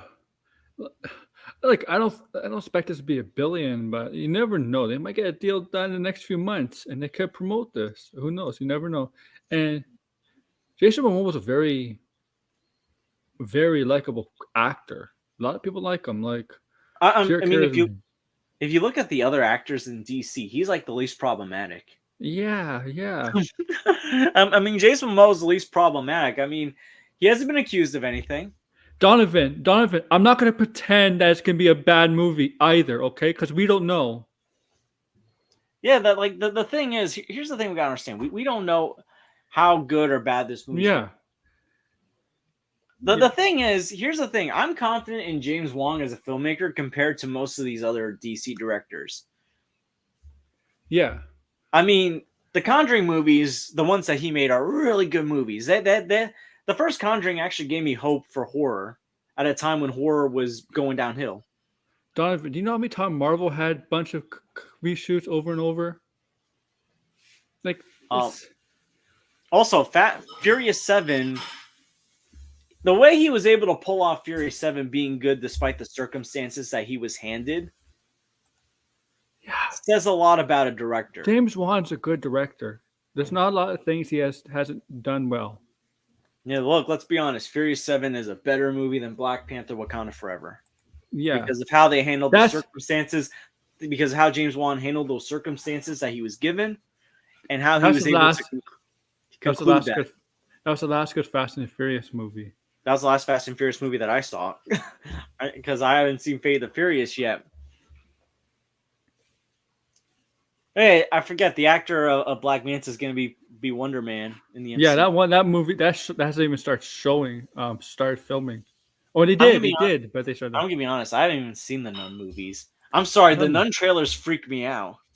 I don't. They don't need this. I don't know why they needed two movies for that. We know what happens to the Nun and the Conjuring anyway. We know. Like the problem is they build a nun as the big bad villain of the Conjuring series, but we already see him like basically go back to hell again in the Conjuring 2. Like why? What's the point of building a bunch of films for the nun if we really show what happens to him in the second movie, The Conjuring? It's like nope. It's like it's really no point. But But whatever. I don't know if you caught the part where I was kind of talking about like Bill Maher and his tone deaf comments, him restarting.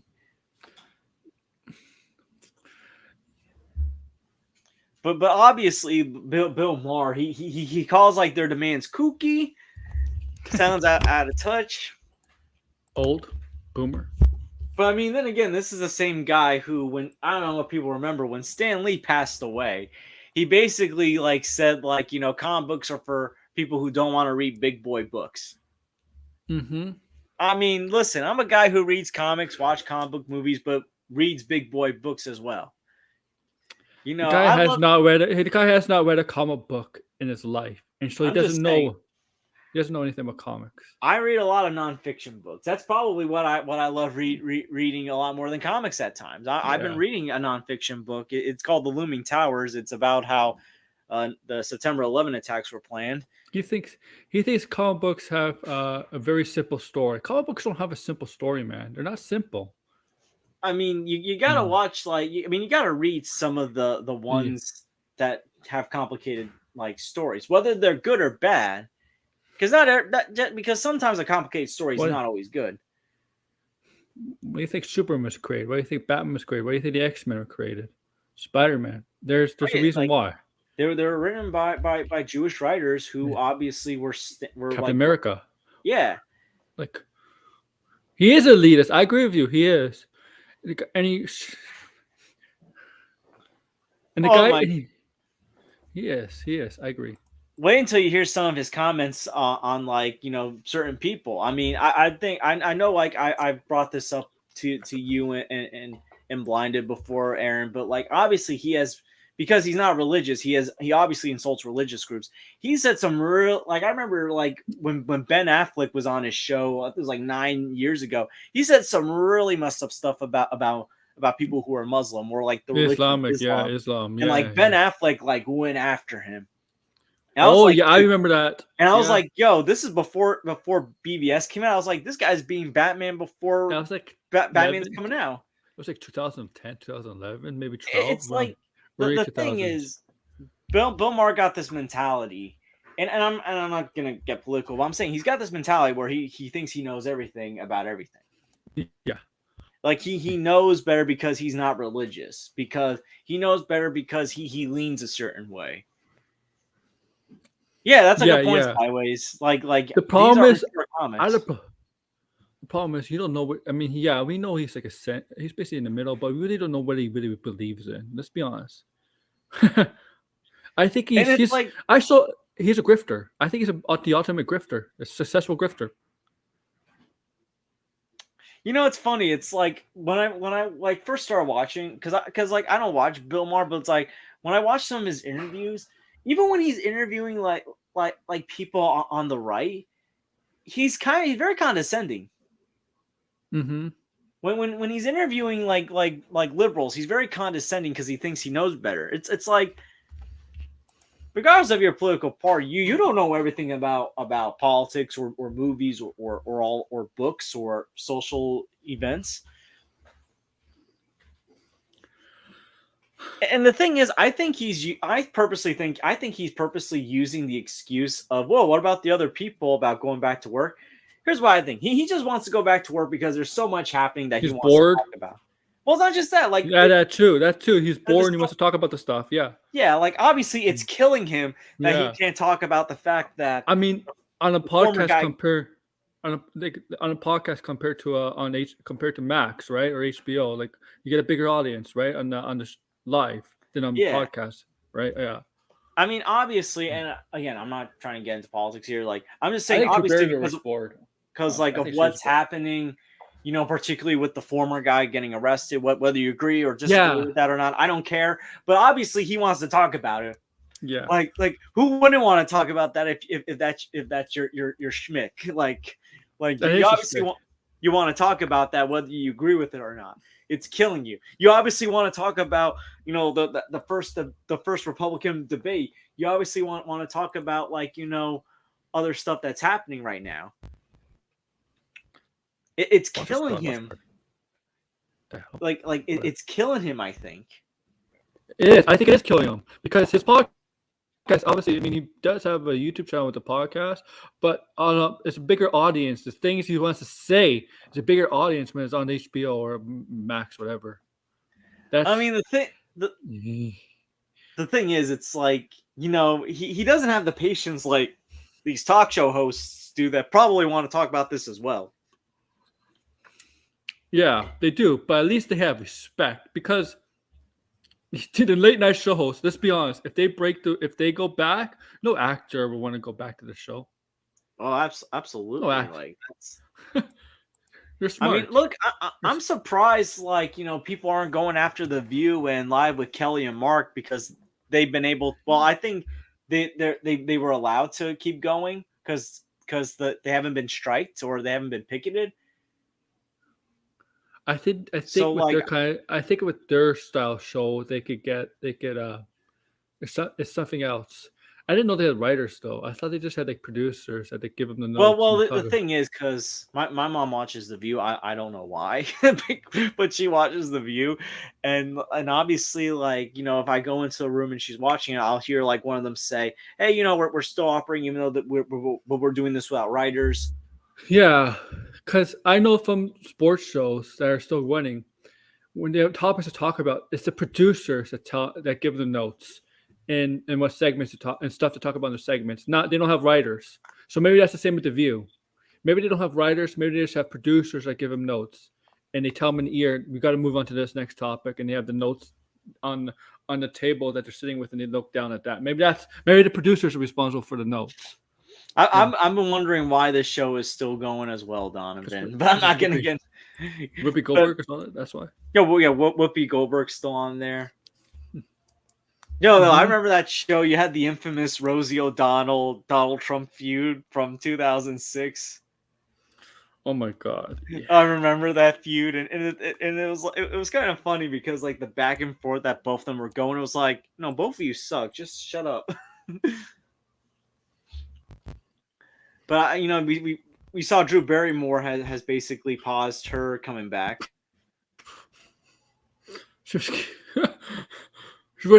did like three episodes. Oh my goodness! She could pay the people that work on the show. She has the money, and I'm tired of people downplaying like she's not that rich. Which I'm like, yeah, she's that rich. She could play the people. You gotta remember, Drew Barrymore has been acting since she was like a little kid. She was the kid in E.T. The sister in E.T. for crying out loud. So's Bill Maher. She should be able to afford it. She could be able to pay. Like, seriously, don't give me that excuse they want to get to.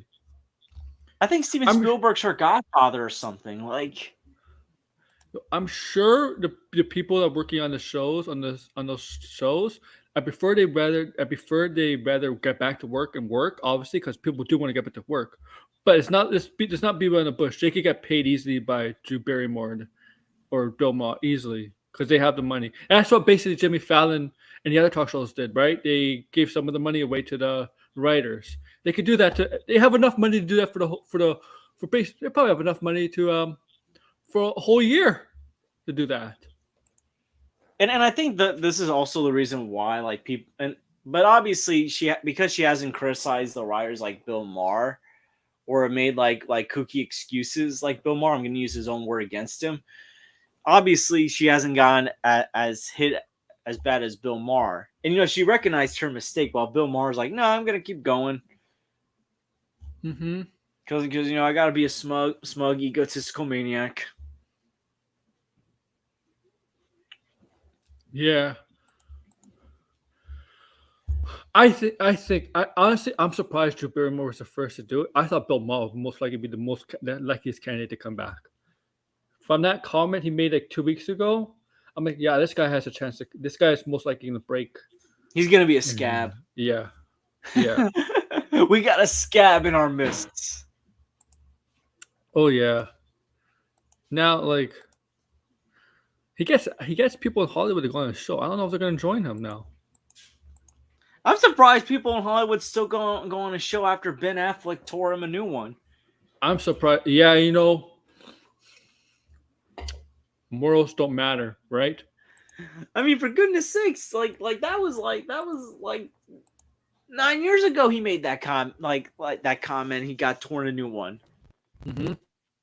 And I got off the air with politically incorrect made a sensitive comment. I think about 9/11 or something. Is that here's the thing. I know. Well, here's the thing. I'll give Bill Maher credit for this. When 9/11 truthers were in his audience and they were like chanting about like their 9/11 conspiracies, he kicked them out of his audience. He was like, "Get out, get out." I was like, "Wow, that's the one good thing this guy has contributed to society."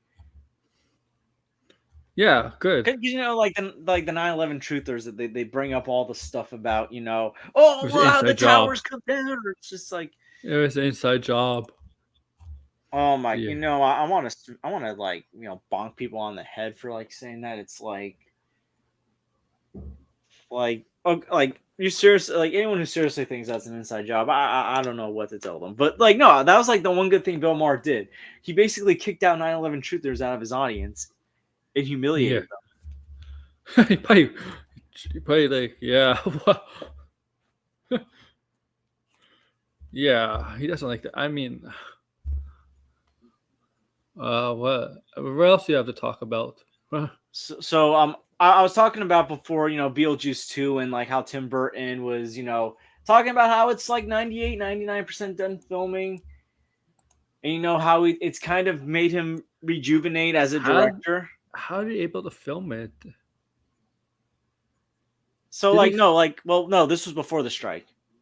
That's pretty quick because they just like started filming like in the middle of 2023. Well, if you remember the first Beetlejuice movie was like an hour and a half, so I don't think it's going to be that long of a movie. That's pretty quick filming then. Wow. And also the thing is, he's using like a lot of the techniques that he used back when he made the first one, like practical stuff. Mm-hmm. He's kind of going back to his roots, and the thing is, like, when you make so many remakes and not like new stuff, it does get draining. So I think this is like a rejuvenation that he needed. I mean, I haven't seen Wednesday. I don't know if you've seen Wednesday. I have. Like, what did you think of it? Because I haven't seen it. I liked it. I know Janet Target didn't like the first season, but I liked it. But it was fine. Because obviously, I'll keep going. It was fine. It looked better without, but it looked better with practicals and stuff. And I think works better with practicals, Tim Burton, because I like the CGI stuff. Because he has done films with CGI, it doesn't look that good. So I like practical. I mean, we'll see, man. Right? We'll see. We'll see how the monsters and the ghosts, whatever, they're gonna look like. Are they gonna be practical? Or some of them gonna be VFX, CGI, whatever? We know Beetlejuice is gonna be practical, right? We know it's gonna be Michael Keaton. So, like, obviously the cast besides Michael Keaton returning, you got Winona Ryder returning, Catherine O'Hara's returning, Willem Dafoe. Jenna Ortega is going to be playing Winona Ryder's daughter in that movie. We obviously, because you mentioned this to me like months ago. I think it was on your channel. The father's not coming back. The guy that played the father. Oh no! Yeah, unless it's a recast, but no. He ain't coming back. I was trying to think, who could Willem Dafoe be playing? What if they're recasting the I, father with Willem Dafoe? I think there's a chance Beetlejuice, they might turn Beetlejuice to a good guy. Because I think the original plan was, because this movie's been in development for like so long, I think the original plan, the original idea was for Beetlejuice to become a good guy. Well, I mentioned this before. I don't know if you remember, like, the idea of Beetlejuice going to Hawaii as a sequel. Yeah, that was the original plan. Yes, yeah. Yeah, I wanted to make sure I got that right because I mentioned it before when I was talking about this. Yeah. Mm-hmm. So I'm very curious, like, what they're going to be doing with this. And I'm curious, like, what Willem Dafoe's role is going to be. Is he going to be like a normal person, or is he going to use his Green Goblin voice and play some crazy person? He's probably gonna play a villain. He plays a lot of. I mean, he has played some protagonists before, but he plays a lot of villains. He might be a villain. I don't know. Yeah, be like, Beetlejuice, I got you What now. if he's Beetlejuice is like father? No, Beetlejuice can have a father. I don't know. Oh my, I can see that. I can be like, Beetlejuice, Beetlejuice, Beetlejuice. You're so predictable. like literally, he using his Green Goblin voice. And I'm like, oh my goodness. Beetlejuice. I don't know. I can't do a Beetlejuice voice. Go ahead, make my millennium. Okay, you can. Remember that scene in Spider-Man: Homecoming where like he's like in the car and he's like putting two and two together and realize that Peter Parker's Spider-Man. He's like, That was good old Spider-Man. I was like, it sounds like he wants to get into his Beetlejuice. Yeah. Well, I mean, the scene in Batman '89 where he's like, "You want to get nuts?" I was like, he still got some Beetlejuice left in him. Oh yeah. I mean, obviously that movie came out a year before Batman '89, but yeah. That's a fun movie, Beetlejuice. I'm excited for the sequel. Yeah, I said before, I was like one of my top 5 most anticipated movies of next year. Yeah. Of what's still coming out. I don't know what's coming out due to all these strikes. It sounds like this movie, because it only has like probably like a day or two left of filming. This movie could still probably come out. It can still be delayed because depending on the strike. Oh yeah, but it can still get delayed. I mean, yeah. which is a shame because I'm looking so much forward to this movie. Because this is a movie I've been waiting for many years. Mm-hmm. And it's like, it sounds like Tim Burton's going back to his classic roots, which is what I think he needs to do. But it's like, here's the thing. Like, I was listing my top 5 most anticipated movies of next year. So they're Kingdom of the Planet of the Apes, Beetlejuice 2, Beyond the Spider-Verse, Deadpool 3, and Mission Impossible: Dead Reckoning. I guarantee it sounds like most of these movies ain't even going to come out next year if these strikes keep going. Deadpool won't. I mean, maybe later in the year. I don't know. Beyond the Spider-Verse, who knows when we're going to see that? Yeah, that's been the definite. Yeah. I think the only two that might come out next year might be Beetlejuice 2 and Kingdom of the Planet of the Apes. Yeah. I mean, Kingdom of the Planet of the Apes got done before the writer's strike. Yes, it did. Because that filmed like a year ago. Yeah, so it's like that movie's done. Beetlejuice 2 needs like a day or two left of filming. As long as everyone's not busy, they can probably get it done once the actors are done on strike. She does. She's busy at everything. Like she's doing everything. She never has she never takes a break. They all it depends like what actors they need for that day or two of filming. She's gonna be typecast as a horror icon. That's not good long term. Yeah, no, because like obviously she's known for being like one of the new kids in Scream. The Scream, and obviously, yeah. And obviously they're gonna want to do a Scream 7. Yeah, they're doing Scream 7. Because these Scream movies have actually been pretty good. Yeah, it's true. That's true. I mean, I honestly didn't know how they were gonna pull it off. It's strange though, because usually horror movies that have sequels after each other become more cheesy, like all the Jasons, Freddy's, they all become cheesy after a while. Well, I feel like that's what was starting to happen with Scream 3. Although I feel like Scream 3 was kind of meta.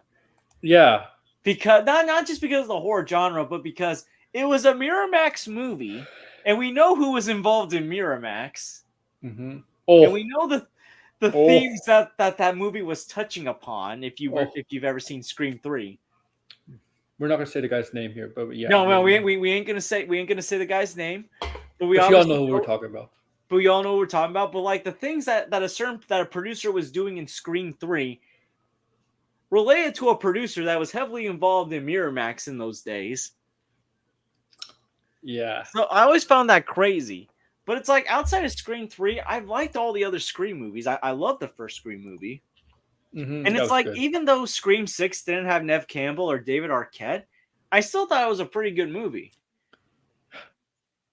Yeah. Like, I'm going to be honest, the movie didn't even need Courtney Cox. No. I thought No, it's time to get the younger generation. Just build the and it's younger like generation. they set up the younger generation very well. It's weird. Yeah. It felt like Scream did a better job of setting up new characters and giving the legacy characters their own ending and send off better than Star Wars. How the hell does that happen? How the hell does Scream respect its legacy characters while at the same time developing its new characters very well? And Star Wars can't. Oh, you know what? You mean 2024? There's some movies. Yeah, there's some movies that actually I might have to bump up in there. So Doom Part 2 is actually I can put in my top 5. Don't know who I would take out there. I would say that'd be my top 10 as well. Transformers 1, I'm actually looking forward to that movie. Oh, that's the animated one. Yeah, me too. Me too. It's gonna different. Feel weird to have Thor being Optimus Prime, like Scarlett Johansson's in it. Yeah. Like Odin's beard, Megatron, must be stopped. One shall stand and one shall fall. Oh my god! I'm sorry. It's like when an actor's been in a role so many times, it's like one shall stand, one shall fall. It's just so weird. Yeah, Optimus Prime. Yeah, I'm so used to that. Was it Peter Collins' voice? So used to that. Well, that's another thing I was actually talking. Oh, another thing I was touching on before. I was kind of making fun of the fact that AI cannot write clever dialogue for certain characters. Mm-hmm. I mean, AI cannot write. Like yesterday was Batman Day, and I was rewatching The Dark Knight. And I'm watching a movie, hearing the dialogue of Heath Ledger, Joker, Harvey Dent, Commissioner Gordon, Alfred, even Bruce Wayne. I'm like, AI would not write dialogue like this. No, I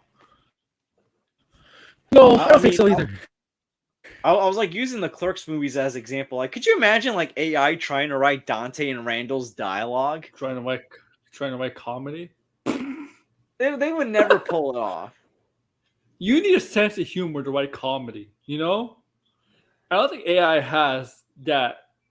Has that function of feeling emotion like humans do. Like I was watching. It was called Hickmeister. I think that's his name. Apparently, he had AI write, Tom Holland's fourth Spider-Man movie and Amazing Spider-Man 3. I'm like, it sounds like a basic plot that if you add more detail could work, but it's like it doesn't really sound like anything special. It sounds like you have to fill in the holes then to make it special. Yeah, so it's like the fourth Spider-Man movie, AI basically had it where Scorpion's the main villain. But that actor. Here's the problem. I don't know who the actor was for Scorpion. Because the problem is they probably have to recast Scorpion because they probably have to get a big time actor to play Scorpion. Somebody we know. Michael Mando's a talented actor though, so it's who was it? Michael Mando, I think, was playing Scorpion. Okay, let me see. Let me see. Spider-Man. What? Not Far From Home. Homecoming. But it's like he's been in like shows like Better Call Saul. Okay. Orphan Black. He's a television guy, but it's like the problem is they established some of the Spider-Man villains in that film, like Shocker was just like a basic henchman, and Scorpion absolutely. Yeah, like. Here's the thing. So for the movie nerds, I recently just turned in an article. I don't know when it's going to get published yet, but it should get published this week. I did an article on, the issue with the MCU. And one of the things I brought up was like, it feels like the MCU has set up a lot of stuff that just never fallen through. And one of those things was, is Matt Gargan going to be Scorpion? I've been questioning for a long time. Yeah, is he gonna be Scorpion? I I don't know why they I don't know. Sinister Six stuff. I have no idea. They have to do Scorpion. The problem is, make Scorpion like my fear of Scorpion is gonna be like not the main villain of a film, more like a side villain, or somebody's gonna be or he's gonna team up with another villain. A thing I would do with Matt Gargan if you don't make him Scorpion, like I would make him the Venom of the MCU if you're because Yeah, obviously like that's the only other like other than that if you don't make him Scorpion or Venom, you're wasting a perfect opportunity. yeah. Scorpion would not make sense in No Way Home because it's all multiverse villains. Well, here's the thing: if they weren't doing a multiverse movie, if they were just doing like a Mhm. traditional solo Yeah, Spider-Man movie, I think that would make more sense, especially if you're still doing the identity out there. Because think about it: in Spider-Man: Homecoming, he wanted to know who Spider-Man was. yes, he It's did. like if you know who Spider-Man is, you know, and the thing is, Jameson, because he outed Spider-Man's identity, we know Jameson in the comics and in the various TV shows has always been tied to Scorpion's Yeah. origin. So it's like that then could have probably been the perfect opportunity to use Scorpion. Mm-hmm. I mean, you could still probably use Scorpion for Spider-Man 4 because obviously Jameson's like, I want to know who this guy is. And like obviously like he could probably be like funding this criminal who maybe is lying through his teeth and saying, "Hey, I'll take down Spider-Man for you. I can prove I'm a better hero." Oh, I And then remember he the show. gets wants to get revenge on Jameson because he can't get the suit off. Yeah, that And became a maybe this is skin. It became a skin in the show, if I remember right. yeah, well, Like he even has. even if you never read a Spider-Man comic, if you ever played the first Spider-Man PS1 game, Yeah, like the first boss yeah, fight is Scorpion who's attacking Jameson because he can't because of what Jameson had him do. yeah. That PS game is that's the first Spider-Man game. Yeah, that's basically the animated series. Yeah, Yo, I like looking yeah. That's back, I'm the. like, this is like a this is like a is this like a sequel to like the animated series? It Like is. I I know think it's it is. It's similar. like because I know they got the same voice actors. Yeah, Like the yeah. same voice actors for Black They Cat, are. the same voice actor for Doc Ock. Spider-Man looks like from the animated series. Jonas James looks from the animated series. Scorpion looks like from the animated series. Venom looks like from the animated series. Um, I think it is the animated series, basically. I mean, I see it as both a sequel to the comics that were coming out at that I time and like the animated series. Craven. Yeah, I remember Craven. You know what? Craven's another one that should be in a Spider-Man movie, but Sony's They waste him. they probably sideways. They probably had when they did No Way when they did Home No Way Home, not No Way Home, Far From Home. Obviously, they were going to do a third movie. They probably had different ideas instead of what they got for No Way Home. They probably had different ideas instead of a multiverse idea at first. But since Marvel and MCU has decided to go into more of a the multiverse saga, we might as well change this. We might have to change the basically the going forward with Spider-Man, and that's why they had Doctor Strange. Like probably, yeah, because these movies were probably planned years of ahead. What the plan was, what the plans are. One of the producers of Doctor Strange basically said recently that they planned on having Spider-Man Multiverse of Madness when it was supposed to come out before No Way Home. Yeah, Doctor Strange Multiverse of Madness was supposed to be before Spider-Man. You're right. No Way Home. Yeah, and that's why they had to do some reshoots for Multiverse of Madness. Example, when they were talking to American Chavez in the restaurant, talking about the multiverse, they explained that the Spider-Man thing that happened in No Way Home, that obviously was a reshot, right? That Yeah, was a reshoot that had to because have been. yeah, it had to have been. Otherwise, it would not make sense. Right? We're not like it would not make it would leave people confused. Yeah. Like I would have laughed if like there was like an original draft of Doctor Strange: The Multiverse of Madness that had a Spider-Man that wasn't Tom Holland. It was gonna either be Toby or Andrew. No, it's like I can see a version of Multiverse of Madness out there where where one of the Spider-Men appear and they have a similar role that Michael Keaton's hmm Batman had in the Flash. Yeah. where it's Oh, like he kind of guilt trips a Spider-Man into helping him because it's like we're friends in our universe. Like I can see not maybe not the same way that Flash did, but like Doctor Strange saying, we saved the world together in my universe, and then he's like, and Toby's like, that's great. Wait, you fought aliens? Yeah, like I can definitely see like a version of Multiverse of Madness that was supposed to take place before No Way Home, where like Toby or Andrew was in it, and Strange tries to convince him to help him because he's friends with his counterpart in his main universe. that'd be funny. Here's the thing. I remember back in 2020. What, George, we said he fought aliens. Wow, George, would that shock Tobey Maguire's Spider-Man because wasn't the symbiote basically alien? I don't think that would shock him. Well, no, well, when he would tell him what kind of, I think Mm. Strange would have to explain what kind of aliens Oh they yeah, fought. And like yeah. I think that would be a shocker. What's more Could, shocking, a symbiote or an alien that wipes can out you half? imagine? Can you imagine if what happens if the symbiote somehow from Tobey Maguire's universe before landing on Eddie Brock in the church, so a portal opens up and it lands in the MCU universe, and at the end of Carnage, the Venom 2 movie with Carnage, that symbiote ends up in the MCU because we know No Way Home was the MCU. Can you imagine if we had both symbiotes from two universes in the MCU and one connects to like Tom Holland's Spider-Man and one connects to like a Scorpion or something? Oh my goodness, that would be like an all-out symbiote brawl. Oh, yeah, Well, here's the thing: one symbiote is evil, while it's the other trouble one, enough.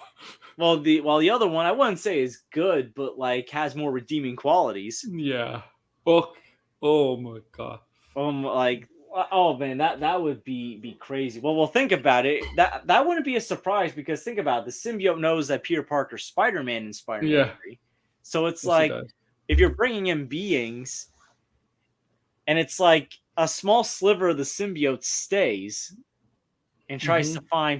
find Peter or something that hates Peter and corrupts them. That's yeah, A sliver yeah. of the symbiote, The just like a symbiote war. small portion. That would be very interesting to see. Yeah. Oh man, I had another MCU idea that I'm just like drawing. I just drew a blank on. Hopefully, I remember it. But it's like no, like literally. So back in 2020, when I only had one YouTube video and I was brainstorming YouTube ideas, I wanted to make a video when Michael Keaton was casted as Batman because it was in 2020 when it was announced he was returning for the Flash. This was actually before Toby and Andrew were gonna be in No Way Home before Jamie Foxx was confirmed to be returning. And I was like, oh, Multiverse of Madness should counter this by having Tobey Maguire appear. Yeah. I remember I was going to do a video and say what Marvel should do to counter this. Bring Tobey Maguire and Doctor Strange too.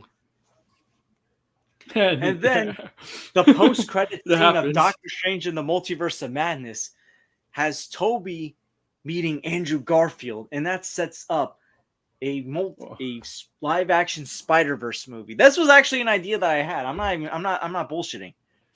You're kind of right, a little bit. But I was like, did someone read my mind or something?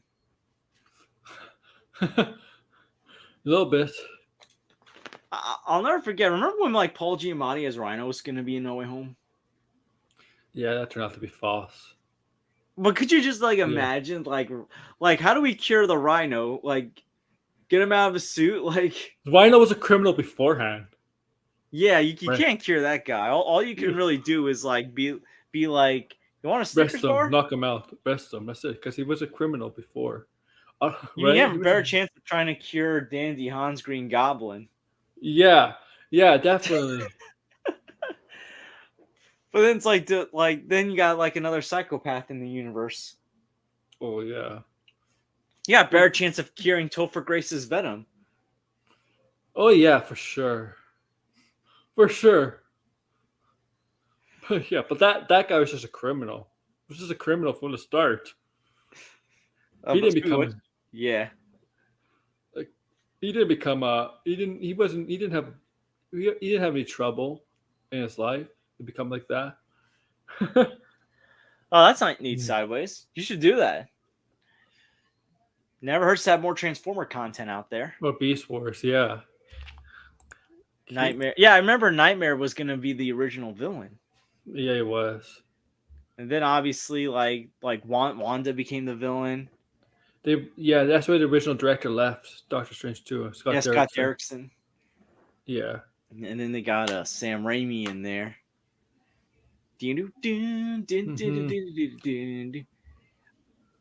Apparently, I mean, I'm not buying any scoops right now during a strike, but like I keep hearing, Sam Raimi's a top choice for Secret Wars. I heard 3 directors: Sam Raimi, Sean Levy, and who's the other one? There's another one. Who is it? I mean, Sean Levy. I mean, if Deadpool 3 turns out pretty well and like with its multiverse stuff, Yeah, but he cannot make it rated R. Yeah, you can't make it rated R. The problem with that, if you're gonna have Deadpool in it, but I don't think Free Guy, which is where he became popular, I don't think that was a rated R movie. Free Guy was PG-13. Yeah, so he can make a PG-13 movie. He can, he has. Just Deadpool is basically most of his rated R stuff. Remember, he's done Night in Museum. That's that trilogy. That's series. Night in Museum. He's done Free Guy. He helps with the Stranger Things. He does non-rated R stuff. It's just that the crash of Deadpool. I mean, like people are gonna have like people if Deadpool's in like the Avenger movies, the 2 months coming up, Dynasty, Kang Dynasty, and Secret Wars. If you have Deadpool in it, people are gonna be like, you're gonna have people complaining in there. Oh, they're gonna make it rated R. I'm like, no, they're not. They probably won't because they're gonna probably be trying to find a way to make Deadpool PG-13 if he's in the movies. I mean, those 2 movies. His movie will be rated R, but if he's in those Avenger movies, they'll most likely be PG-13. And they're gonna have to find, and those people are gonna bitch about it. I'm sorry if I swear, but they're gonna have to find a way. They're gonna have to suck it up because I think that's what's gonna happen. It's all good because I was swearing before as well, but the thing is, like, I can see when Deadpool being in a PG-13 Marvel movie, Deadpool being like, there's a force that's preventing me from saying what I want to say. You could get away with Deadpool PG-13, or he can say something like, unfortunately, due to the rating, I can't say what I want to say. If you could get away with the Joker being PG-13, you could get away with Deadpool PG-13. Because if you see some of the stuff the Joker has done in the comic book, I'm not talking about the movie The Joker. Yeah, no, I know. The Joker from like the movies, right? Batman '89, The Dark Knight. If you could get away with the Joker doing that stuff in the movies, and the stuff he's done in the comic books is way worse. And I mean, dude, I was The Dark Knight, rewatching Dark Knight. Yeah. Yo, he cut open a person and put a cell phone bomb in them. Mm-hmm. Yeah, and that's still a PG-13 movie. Just because he hasn't seen it, just because you don't see it, does not mean you can't. It does not work, right? If you don't see it on screen, it does not work. I mean, for goodness sakes, he put a knife in Michael J. White's character's mouth, and we know he stabbed that person in the mouth and killed them. The Joker, '89 Joker, when he electrocuted the guy when he went to all the mafia people. Remember, he electrocuted the guy with the joy buzzer. Oh yeah, yeah, seriously. But here's the thing that Dark Knight did very well with, like, outside of like Two-Face and like his burn marks, like Dark Knight doesn't really have any grotesque or like bloody scenes. No, they don't. So it's like I think that's why they got away with that PG-13 rating, because it wasn't a bloody movie. Marvel's a lot of Marvel stuff is PG-13, and there's a lot of grotesque stuff. Oh, I mean, for goodness sakes, remember Ned Leeds said like he was watching Korn, in Spider-Man: Homecoming. Yeah. Obviously, like they talk about in Thor: Love and Thunder and Thor: Ragnarok orgies. Yeah, you could get. I mean, for goodness sakes, in the first, in like one of the first parts in the first Iron Man movie, Tony Stark and that reporter. I ain't gonna say what they're doing, but we know what they were doing. Oh, 100%, yeah. I mean, like, for goodness sakes, like that was a thing that happened. Yeah. I mean, remember Avengers: Age of Ultron? Bruce Banner was on like Natasha's chest. Mm-hmm. And That's the weird, only though. thing she said was like, well, yeah, it was a weird thing, but like, and she's like, just don't transform. It's like, well, that's Josh Whedon's bizarre sense of humor. Yeah. I mean, like, remember he tried replicating that in his Justice League movie. And I was like, yeah, it's not going to work with these characters. Mm-mm. That's just, yeah. All right. But yeah, you're right. Like, all right. But yeah, no, yeah, and obviously Tim Burton, like, speaking of like the multiverse, Tim Burton obviously didn't seem thrilled about like his version of Superman and Batman, even though a Superman movie never came out. He wasn't happy to see them. Yeah, I know. But it's like Mm-hmm. I can understand the Superman stuff because it's like a reminder of what could have been. Yeah. I mean, remember that like that movie almost happened, but it's like right when they started working on it, it gets canceled. Mm-hmm. Yeah. I mean, like that would be like if let's just say in Spider-Man No Way Home, Tobey Maguire mentioned something that was supposed to happen in his fourth Spider-Man movie, like his version of Vulture or Yes. Anne Ultra. Hathaway's like Black Cat. Mm-hmm. Because remember that stuff almost happened in that movie. Yeah. Yeah. Or like Amazing Spider-Man 3, like remember like Spider-Man was gonna have a bizarre power of bringing people back from the dead. That's so stupid. And he says something like, well, people came back from the dead for a little bit in my universe.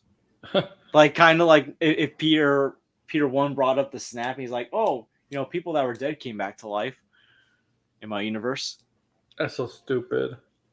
Yeah, I remember hearing about that. I was like, I don't know what sounds dumber, this or like the plot of that Spider-Man movie from like the early 1980s. Did you hear about the Spider-Man movie that they made where the guy never read a comic and Spider-Man was an actual Spider-Man, a man spider? I heard something about that. And Yeah. like Yeah. That's Stan Lee stupid. blew his lid. Oh, I would blow my lid too. I mean, like, do you know? Have you read a comic? Do you know who Spider-Man is? Come on. Oh my god. That's. Oh yeah. Like seriously. That's just. Stanley felt disrespected, and I felt disrespected. That's Oh, did you hear Winning Time has gotten canceled? Winning Time. Yo, yeah, canceled after 2 seasons at HBO.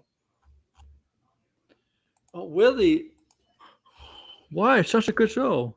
Huh, I'm because I don't know, I was looking through Twitter and I'm gonna bring the article up. Oh Yes, my it goodness, is. You're right. we got some breaking news on the George. Man, why? Winning Time canceled at HBO or Max, whatever it's called nowadays. And we're not talking about the Madman Max. I bet you. I bet you a bunch of. I bet you. Jerry West is happy. Winning Time championship run is over. So HBO has canceled the 1980s basketball drama after 2 seasons. Sunday's season 2 finale will serve as a series finale. Damn. Wow. Does it? I don't even know if it says why. So tonight's the season series finale. And they're only like in the 93, they're only in the 83, 84 season now. That's what they're on, Yeah. man. Yeah, the cancellation is tough after Sunday's season 2 finale, which saw the Lakers go down in defeat to Bird and the Celtics in the 19. That's a way to end the show. I thought today's the finale. Isn't today the finale? A final montage informed us that the Lakers went on to beat the Celtics 2 of the next 3 years in the finals. Yeah, but that's true. unfortunately, we don't get to see their eventual triumph. See, that's what stinks. They could have waited until season 3 where they beat the Celtics. They should. Well, I thought it was going to go to a point where, Detroit dominated them and then Chicago dominated them. Like Oh 89. my goodness. Oh my, this is sad. Yeah, and Boston. I thought they were going to get to a point where they have to do. They were going to do HIV stuff with Magic. I mean, you think that the strikes played a role in this? I don't think so, but it could. It could. Because I don't know. I was saying in my head, I wonder if like any of these shows are gonna get canceled because of this. Mm-hmm. But oh man, that stinks. A lot of the HBO shows got canceled this year. Like Barry's done. Succession. Just don't cancel Last of Us. Oh, I would be pissed off if they canceled Last of Us. Watch them I cancel would be so mad. House of Dragons. No, that's not going to be canceled. That season is going. Well, well, Wow. well. The thing is, the talk is starting to pick up about the HBO Max Harry Potter series. So as far as we know, that's still happening. Yeah. Which I'm still kind of mixed on, but at the same time, it's like we can finally get moments that never happened in the movies. I think stuff is announced or that there's been announced, but it's nothing working on it. Those shows are fine. I think those shows are fine because they've just been announced, right? During development. It could mean they don't have a director or anybody working on it. It just means they're in development. They're planning to do it. But yeah, no, that just Current stinks. current stuff maybe in jeopardy. That Wow. stinks. Yeah, no, I think our friend RJ Resident Justice shared it on Twitter, so that's how I saw Yeah. it. Such a good show. I think the finale's tonight. I was gonna watch it soon. Oh my, that's just to end it with losing to the Celtics. The Celtics. It's not like you're ending it where they lose to Detroit and we're seeing the next or decade of basketball, yeah, or the next decade of basketball taking the torch. Yeah, with the Chicago Bulls and stuff. With the Chicago Bulls eventually taking the What? That's disrespectful to the Lakers. That is freaking disrespectful to the Lakers. It's the Lakers. They will cover. Listen, all I can say is I can't wait for HBO to do a series on the Big Three in Miami. Oh, who's gonna play Braun? LeBron will play LeBron.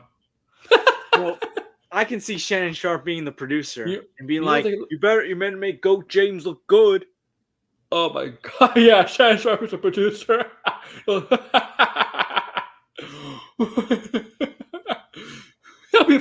James. Who can play Shannon Sharp in the LeBron bio? Smith.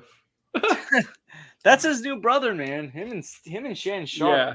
They're the duo that I always dreamed of seeing, and now that we're seeing it, it's even better than I was expecting. Oh my god! Yo, you see Stephen A. is was talking crap about Max Kellerman. Yeah, he was. Yeah, I saw that. I'm gonna be honest. I thought Max Kellerman was gonna join Skip Bayless. I didn't know Skip Bayless was gonna have to rely on so many different people. All they knew about this cancellations. Jeff Schneider, they knew this was going to show. They were going to cancel the show. The writers, everybody's worked on. They knew this show was going to be canceled 2 months ago.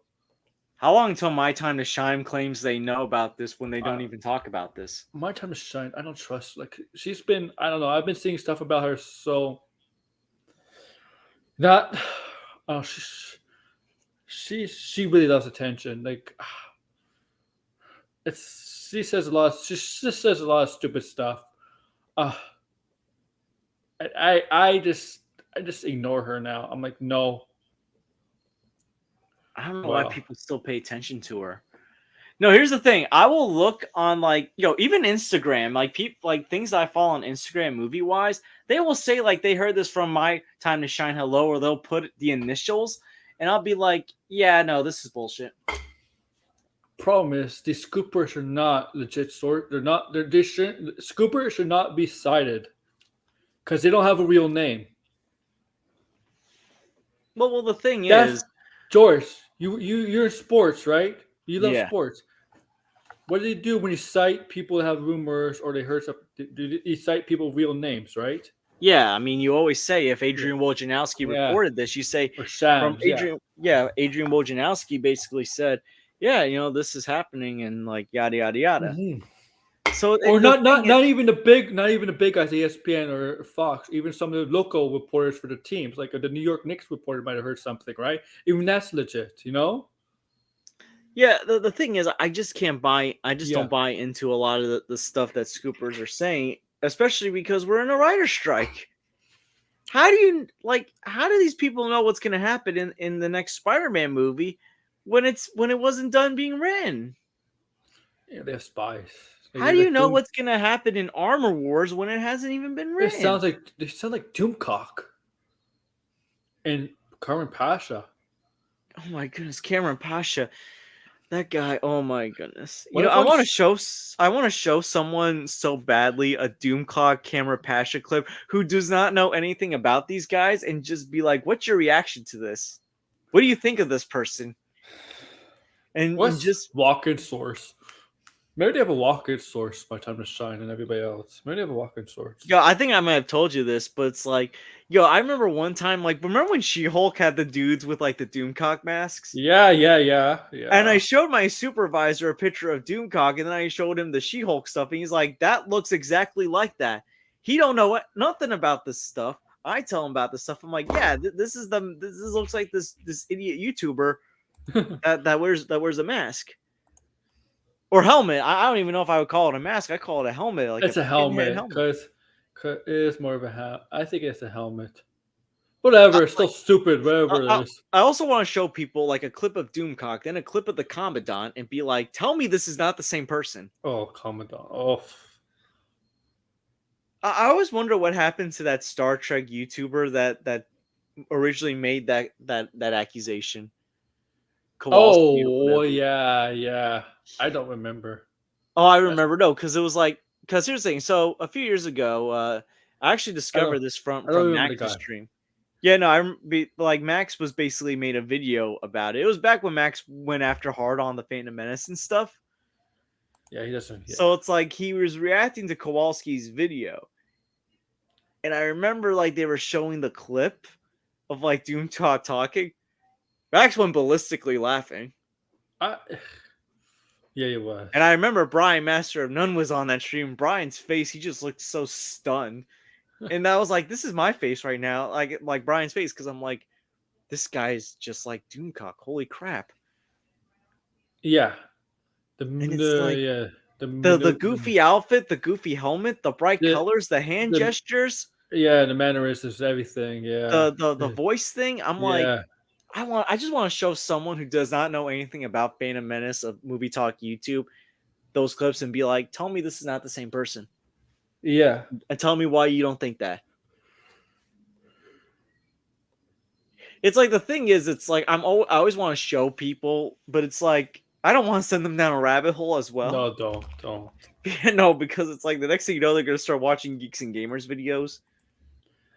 Yeah. Like, look, I already told you about this kid I met years ago, like while volunteering at my church, who basically confessed to watching Geeks and Gamers. Yeah. You told me about this. So, I have a question for you. Um, are you safe from that kid and his family? You getting- Wait, hold on, your mic's acting up. I can't hear what you're Okay. saying.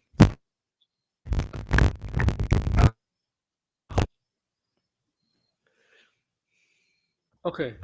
So are you not gonna get that? Are you free from that kid and his mother who says everything nice about his kid? Her kid can't do all no wrong. Oh no, hold on, don't, I'm gonna like I don't know anything about that stuff yet. I would hold off on that. I don't want to say anything because like I don't bring in like work related stuff on streams or like volunteer stuff. Mm, But like okay.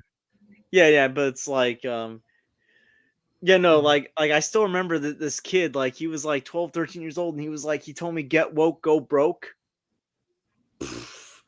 That's just oh my god. I was like, oh my goodness, like, and that's when I asked him, do you watch Geeks and Gamers and Ben Shapiro, and he nodded his head. He looked like he didn't know if he wanted to answer it or not. But like when He's I in asked shame. him, oh He my knows goodness. you, George. You know when someone's in shame watching that. You know that the stuff they're listening to is BS. When they're ashamed of it. You know, right? I was like, Right, what is, chat? yes. Right, chat? If somebody watches that stuff and they feel shameful for saying yes, they know it's BS.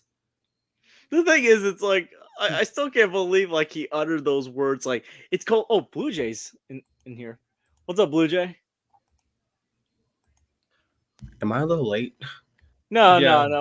yeah, a little, but like no, no, we just joking around about like well, right now we're joking around about Doomcock and Phantom Menace because I was talking about how this course. kid that volunteered at my church, like he basically confessed to me, church confession, that he watches Geeks and Gamers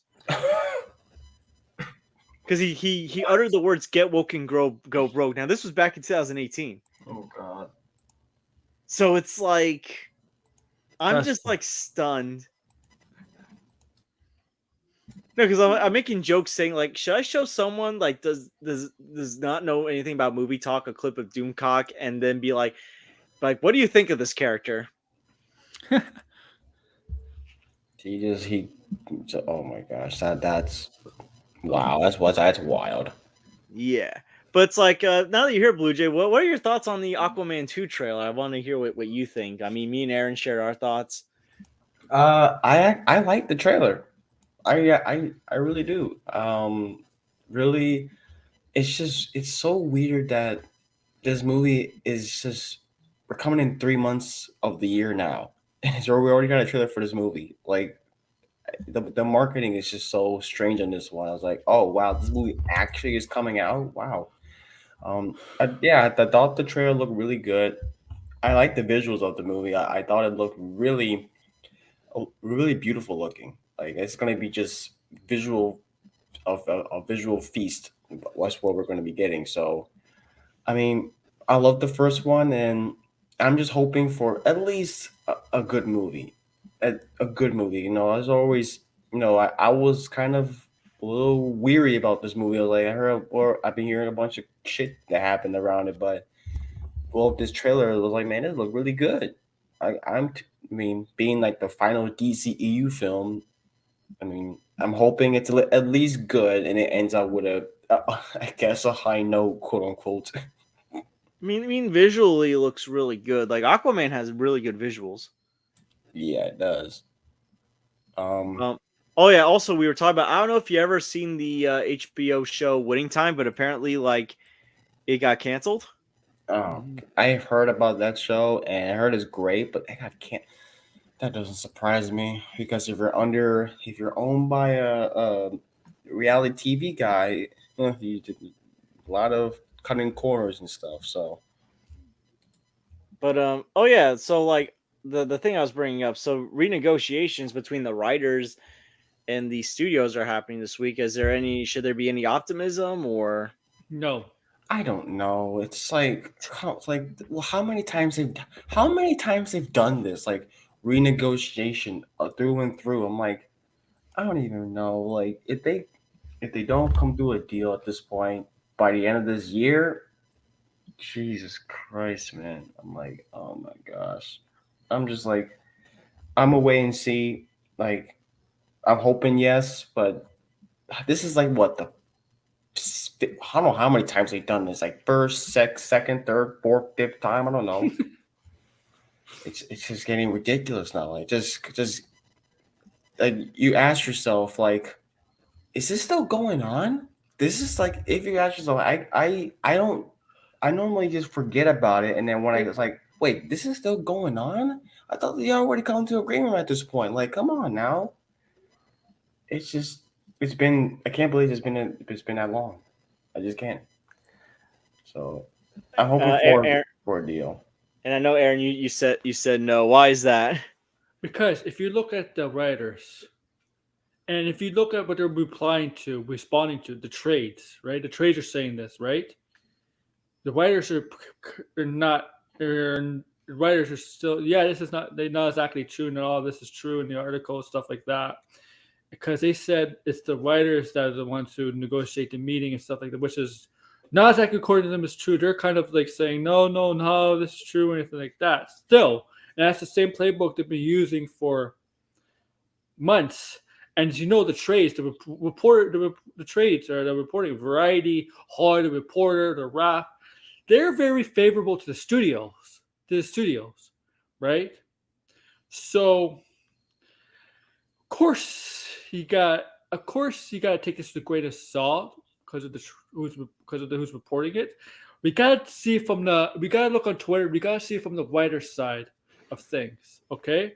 If they say this is out, they say if there's progress or anything like that, if the writers come out and say on Twitter, there's somewhat progress. They not changed my tune. But the way they're sounding it like with the writers, it doesn't sound like there's any optimism right now. But if the writers do, you have to look on the Twitter, man, because they'll come out once they hear the stuff. Once they hear the stuff, they come out quickly, man. They did that when they when George, you showed that in our chat group, right? When you showed that article a couple days ago. Remember they both planned to meet. The writers came out quickly. So we'll know from the writers. We'll know when something comes out. We'll know from the writers if there's legit progress, real progress. That is true. So, but it's like obviously a thing that you always bring up to me, Aaron, is like you're worried that the writers are gonna cave. Mm-hmm. So it's like because the thing is we are getting closer to October, which is the initial month that the studios were hoping the writers would cave in. Yeah. So like obviously, I mean, I know Aaron, you worry about this. Blue Jay, do you think like fear the writers are gonna cave? I don't know. I don't know at this point. I don't think so. Here's the thing. There's a lot of I think I've been hearing there's a lot of infighting going on with the strikers and the studios, the AMPTP. Um One of them's gonna crack. I'm just gonna say at least like one of them. Like not the writers or the studios, maybe just one of them. I'm not picking both, just one of them. They're gonna crack somehow. So they both need to crack. Honestly, they both need to crack to make some progress. They need to crack because this is stupid. This whole thing is so stupid. It's all the studio's fault. Like I don't. This whole thing is ridiculous to me. Well, here's the thing: when you negotiate a deal, the thing is like nobody's gonna win 100%. No. You're not gonna get everything that you want, unfortunately. But at the same time, you want to get enough where it's like you're happy. Where you're both sides. Yeah, where you're happy. So the thing is, it's like each side's gonna have to give up. You don't want to negotiate a deal where one doesn't get what they want, because next time the agreement comes up, there'll be another strike. Like if you for example, right, if you make a deal but you didn't get what you want, but you made that deal, guess what? When that deal is up, you'll probably strike again. It's just such a bizarre situation. Because and the thing is, I think both sides are going to start facing pressure because I brought up before that production companies are getting their deals suspended. Yes. So there's obviously going to be frustration from them about this whole thing. Yes, I don't. And the thing is, the actors we're still in the it's getting worse before it gets better stage for the actors. We're not even in the renegotiation stage. They're not even talking. Like it's getting a little bit bad, man. It's getting stupid. It's the studios that should be doing like I'm kind of okay, so like when it comes to the striking stuff, I want the actors to get paid, the writers to get paid as well. I feel like with all this stuff going on, it's just I don't know. I don't know. I can't really think of what to really say right now because like no. I'm having a brain fart now. Fuck. Well, the thing I will say is that I think both sides there's a lot of pride, dude. Okay, that's what I was maybe because I think but I think both sides have their flaws at this point. That's what I think. I'm not fully. I am 100% with the writers and stuff, but I think what they're doing is just I think it's a little like I don't know how to describe it. Like I think because I listened to Matt Jarbo and then he would say about his views on the strike and stuff. Some I do think are kind of agree, but some I don't agree. But he makes some good points and stuff. and it's just I think that with the strikers they have their flaws because they're not perfect either. But I do see what he's coming. I do see what they're coming from. The studios are obviously like the bad guys in this situation because you make all this money in the world, but you can't pay your goddamn writers. It's such a damn pride thing, really. And then the people around, when they heard that they're gonna go after SAG after is gonna go after the gaming industry because the gaming industry is a very not a very friendly environment when it comes to labor and work and stuff. But yeah, people are freaking out like, oh my god, I'm gonna delay my games. Like, fuck your games. Like, you don't care about the workers and stuff. Like, it's not my fault. I mean, I don't know. It's ridiculous. Yeah, like I think people Agree, forgot yeah. like the video game voice actors were gonna go on strike, I thought it didn't. or I they're thought or That happened before, really. There Yeah. was a actors strike that happened in like 2016. That actually happened, and nobody talked about it. But yeah, nobody talked about. I just I that was only- the first time I've heard I- about this. I don't even. Yeah, it'd be same here, George. I did not know about that. yeah, there was an actors strike because what I remember was there was one, the Life is Strange games. So Yeah. they did the prequel game Before the Storm. The actress that played Chloe, one of the characters, she didn't return for the prequel game, so they had to get another person to come in to voice this character, and then literally she brought the original voice actor to play for the DLC characters. So, like, it was such a weird process. Like, they were just making the game, they just can't get the actors, which while they were making it, it was such a weird thing. But that's a good game still. But yeah, that was. I'm hoping they don't I guess- recast people during the strike. I guess video gaming is under a different umbrella under SAG. Yeah. I guess.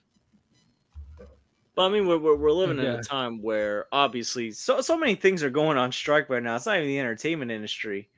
I know. I mean, I don't want to go into full details, but I know in New York City schools, the bus drivers are going on strike. And like this is the beginning of the kids, school let's year, get- so Oh damn. That's gonna affect so many kids. How are the kids gonna get home and stuff? The ones that take bus drive. and then like I know like there's some kind of auto worker strike happening in Michigan yeah. or Wisconsin. God damn, there's a lot of Yep. strikes happening around the But, world. but I think the thing is, it's like these big companies they just don't treat their workers correctly. That's they- true. They don't appreciate how much work people are putting in. Well, there was a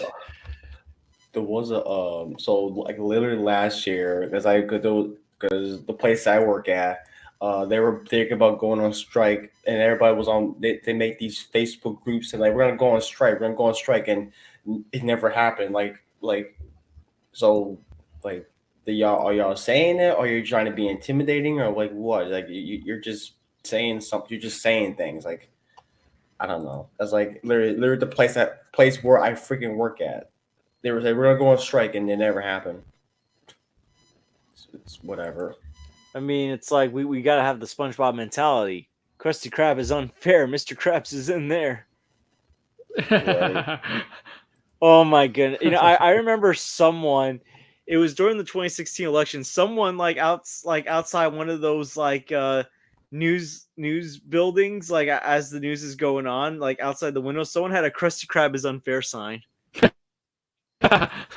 You know what? If I go on strike with the be along the with the strikers and stuff, I will pull up a sign saying WB is unfair. Zaslav is in there. Yeah, or like Disney is unfair. Bob Iger is in there. Oh my gosh, I'm surprised. I don't know. Correct me if I'm wrong. I'm surprised that if that's not a meme at this point, like make like just make every single like company name, put the company CEO on it, like uh who else? Netflix is unfair. Ted Sarandos is in there. Oh my, like like literally, like I'm surprised like people haven't like been doing that. It's like I'm surprised people haven't done a Dumb and Dumber meme with like Bob Iger and David Zaslav. Oh my god. I know what Like you're talking who's about. dumb and who's dumber? That's good. Like I like Those- remember like both a of them. month ago. Remember a month ago, like Zaslav was toying with the idea of like having CNN breaking news scrolls while you're watching Max. Stupid. It's like you're watching the Batman, and then all of a sudden you see breaking news: so and so wins the election, or breaking news: earthquake happening while you're watching Dexter's Laboratory. No, Like, what? It'll be funnier. It'll be funnier. Like I should have watched what I said because obviously there's that earthquake in Morocco. So I apologize for making that comment, but it's like you get the idea. Breaking news is happening while you're watching something. yeah, breaking. Yeah, it'll be kind of funny. Like breaking news. Like Oh, literally now you can while, let us like, post engagements.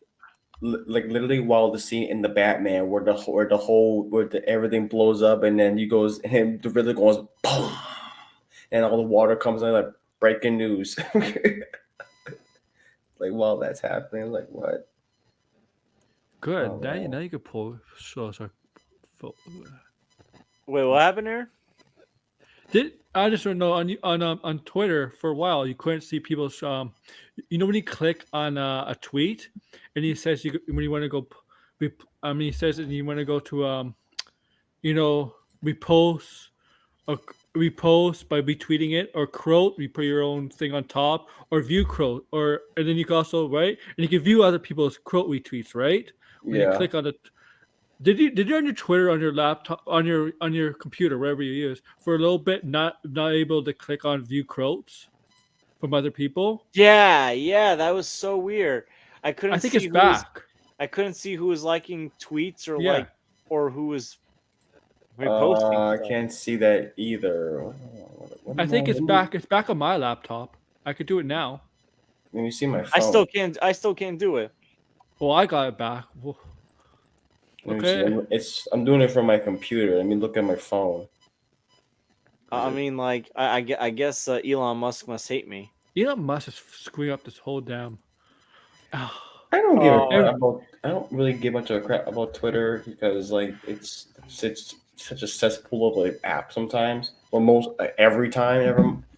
But Listen, like on Twitter, I've been using like my second account more than my original account because my original account's on my phone, and I usually use Twitter on my laptop. I'm like every day, like I'm seeing these weird accounts following my old account that's like becoming a barren wasteland. Oh yeah. Like these sus accounts, like the spam What's bot that? accounts. I'm pretty sure they are. oh, there's one sus account follow me There's on a Threads. I'm lot. like, okay. There's a lot. There's a lot of bots. Ever since Elon took over, I've been getting these accounts are like all mostly bots. Mostly bots. Look at these. They're all mostly bots. There's been a lot of bots accounts have been following me. No, I haven't really Now- had that problem on And now on like Threads. now on Twitter, you got like verified followers within followers. You have that? Yeah. I don't think so. Well, I'm just waiting for today. They add DMs on Threads, and then it's over. Basically, Yeah, Hey, George, basically verified followers are basically the ones with the blue check mark. They're following you. okay, but I mean, yeah. Once Threads adds a DMs, there's gonna be another. I'm gonna make a DM group. How could not have DMs ready? It's been like 2 months, 2 or 3 months. Seriously. I mean, it feels like just yesterday. Like it feels like a month ago they finally put in the Threads desktop option because I'm able to share my stuff on Threads now. Oh wait, they have a Yeah. desktop now. Yeah. Yes, So they I'm do. able to post. So I can post my links to my articles and my videos. Let me see that right now.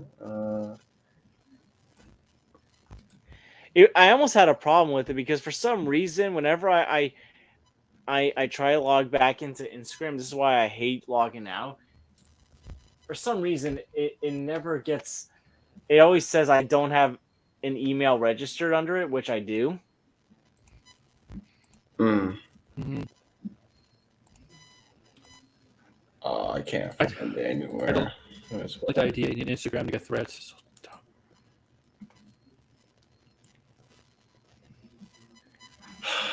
Man, I mean, I mean, I've had Instagram for like 2 years now, so I barely it use wasn't hard. Instagram. No, the problem was like at the time I didn't have a lot of room on my phone to add threads, so I had to like either delete certain apps I don't use or like take away data. Yeah. But I mean, it's fine now. I use Threads on my phone. I use Threads on my desktop. I noticed a lot of my original Twitter friends I've reunited with on Threads. Like before I became like a YouTuber, my original friends that helped me get through the 2020 pandemic and election. Yeah. Yeah, like I found them. It's like, brethren, I haven't seen you since the election cycle. like it's literally how I felt. It's like, welcome to the other side.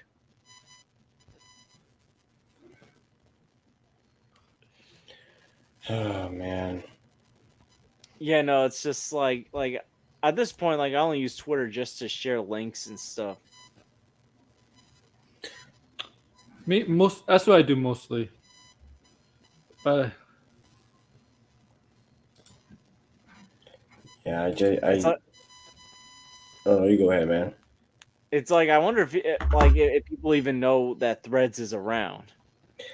Yeah, it should like it was making like it had so many users when it dropped, and then the fact like this is what I don't get. Like this is Threads is another meta app from Facebook and stuff. It's a like you it should is a have meta app. you should have DMs. You should have all that stuff. You should have all the I stuff feel that I don't know. I You feel gonna say like air? it's I feel like Threads is created just for a slap in the face to Elon Musk, because Zuckerberg and Elon Musk are like are in a feud, right? They're like, so it's like, you know what, I'm gonna create this app. Boxing and stuff. Yeah, I still want to see them box. I want to see them Me box. too. It's so funny. Elon Musk will get tired right away. You see how he looks? He's not that great. He's not in good shape. Well, good. That gives him the let's give Zuckerberg the opportunity to beat the shit out of him. I mean, both are terrible people, but it's like I want to see Elon Musk get knocked down a peg or two. Yeah, me too. I mean, I don't. It's not that I want to see. I don't want to see anyone get hurt, but I'm just saying, like Elon Musk just needs to like. Just He needs to like. He needs to have an intervention yeah. Intervention. because he's like just making all these poor decisions, saying all this dumb stuff. Like he literally has destroyed Twitter beyond repair. Yeah, I'm gonna go buy Twitter, and then he just got bullied into it, and he's like, "I'm gonna call it X." I'm like, They call it X. He's so dumb. He's so dumb to pay $44 billion for it. It wasn't even worth $44 billion. That's how dumb he is. He paid for the app more than the actual value of the app. That's stupid. $44 billion. I'm like, And now if he wants paid to, the crap out of that. yeah, and now if he wants to sell it, he's no way gonna get $44 billion. Because he's really hurt. He's really hurt the app, the social media account with the social media app, whatever. He's really hurt it, and he also the reputation behind it. There's no way he'll get more money than he paid for, right? He'll lose money on it by selling it than he paid for it. Yeah, Because that's his fault. He devalued the thing even more. You know, people think because these people make a ton of money that makes them the smartest people in the room. They really are. No, it's a lot. yeah, right. Yeah, right. There's a lot of dumb people that are rich. I mean, like Aaron, we were talking about how like like Bill Maher thinks he's the smartest person in the room when he's more like the biggest narcissist in the room. The problem is a lot of rich people think they're the smartest people. They're not. Right? No, they aren't. Like that's the thing. That's why people don't like it when rich people talk down to them. Mm-hmm. Like, you ain't the smartest Yeah. person in the room. If anything, you just had the loudest mouth in the room. Right. Yeah. I mean, Bill Maher, just because you say like, oh, it's time to get back to work, your ideas are kooky. That'll make you the smartest person. Mm-hmm. If anything, that makes you the biggest a-hole. Yeah, yeah. Try. Yeah. The smart ass asshole a-hole. Yeah. Like, I'm not surprised that he's been a scab during this writer's strike. Near am I. For Drew Barrymore, I was more surprised at. Oh, the All-American Sweetheart, right? Is that what she is? Oh my god. I have to watch this. I mean, the scabbing thing was gonna be inevitable anyways, because like when you're doing a strike like this, I'm waiting for somebody to scab at this point. Like if it's been going on for this long, it's gonna be inevitable. No, it's just not a surprise that he's the one that's doing it. Bill Maher? I'll tell Yeah, you, Bill Maher. It's Drew, not a surprise. yeah, Drew Barrymore and the other ones. I think today, right? Jennifer Hudson and Sherry Shepherd show. They're doing what Drew Barrymore is doing, right? Stopping the show, right? They're gonna decide not to continue anymore. Bill Maher's not gonna do that. I guarantee Bill Maher's gonna continue doing that because Bill Maher, even though we don't like him, let's be honest, he's the type of guy that says I don't give a. He's the type of guy that says I don't give a damn. No, of course not. Yeah. The thing is, it's like, So he like for people who think like what the writers want is kooky. I said this before. I'll say it again. They don't realize how much time is put into writing these stories and scripts and these ideas. Obviously, if you've ever done any form of writing, even if you've just written an essay, you gotta put together an outline. You gotta jot down ideas. You gotta do a first draft. You gotta figure out what to add in that draft, what to take out in that draft. You do another draft. Well, it makes sense. Yeah, you do another one. It one. can take years. It takes years. I mean, they don't realize for movies that are like 3 hours long or longer, you're gonna be writing a lot of pages. You don't think the script for the Batman is a lot of pages? Of course not. You don't think like it's probably like a ton of pages. The script up for Avengers Endgame, a 3-hour movie, that's probably a lot of pages. We got a 3-hour. It's probably some of the stuff is probably been like a 4-hour, 5 movie, and they got to reduce it to 3 hours, right? Yeah. Yeah. I mean, for goodness sakes, Martin Scorsese's next movie, Killers of the Flower Moon, is going to be 3 hours and 40 minutes. Yeah, obviously. Like, how many pages? That's probably like a bunch of pages. And things you write, they always end up being improv too, changed on the fly during the filming. Yeah. Too. Right? I mean, that's what Ryan Reynolds does a lot of when he plays Deadpool. Yeah. And also, it's like writing a book. You know how long it takes to write a book? It takes like years. Yeah. Scripts could take that long too, right? Yeah. So the thing is, it's like you don't realize how much time these guys take out of their like day. I mean, yeah, maybe one day a writer's only doing maybe like a few hours of writing, but then the next day they're probably doing 8 to 10 hours. You're dedicating a good portion of your time to writing a script. Think of all those people that have to write for those 13 to 26 long episode seasons. That's a lot, especially if your show is like 40 minutes to an hour. Oh yeah, for sure. It's like the thing is they don't realize like how much time is put into putting these stories together, into putting this material together. Because you also got to think of witty dialogue for these characters to say. As I said before, AI cannot replicate the kind of dialogue that Heath Ledger's Joker has said. No. In The Dark Knight. Oh, trust me. I use ChatGPT. The freaking dialogue is so terrible. Like when you even when you put in your own dialogue and make your own custom dialogue. That some may come across as very corny.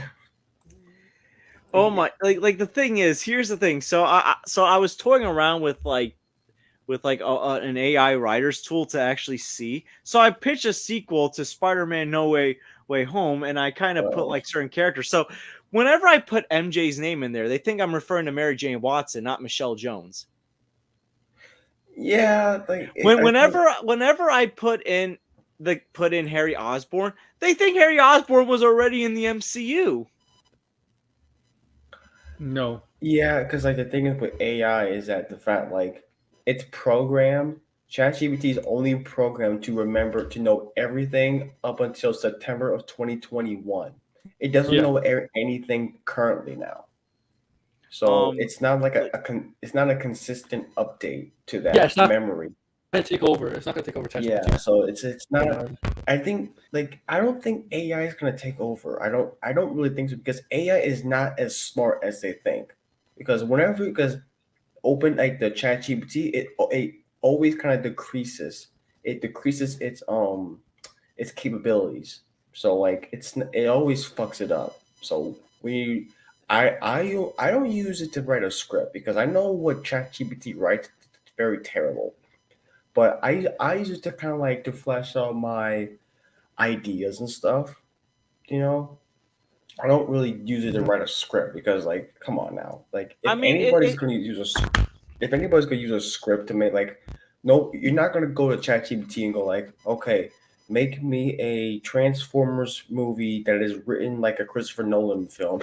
oh my goodness, like that would just be like, it would be like Megatron going, or Starscream going, wanna know how I got these scars, Megatron? Like, oh my goodness, and That's like, pretty funny. why so serious? That's actually pretty And then he funny. blasts Megatron in the face. It's like, what the heck am I That's watching? actually, that's actually pretty funny. It's like, because here's the thing, another thing. Whenever I type in Eddie Brock's name, they think I'm referring to Eddie Brock, Tom Hardy's Eddie Brock. It's like I have to point out this is a new version of Eddie Brock. What are you using? What you know what it's called? So it's like, let me find the tool, but it's like, I'm trying to Oh my I'm trying to God. find the tool that I was experimenting with because I was like really curious during my time off. So it's called tools.pixart.com. So it's like an AI writer tool. Tools. Oh yeah. Yeah, so Oh, like Pixar. the benefit of it is you don't have to pay for anything or sign up for a membership. Gotcha.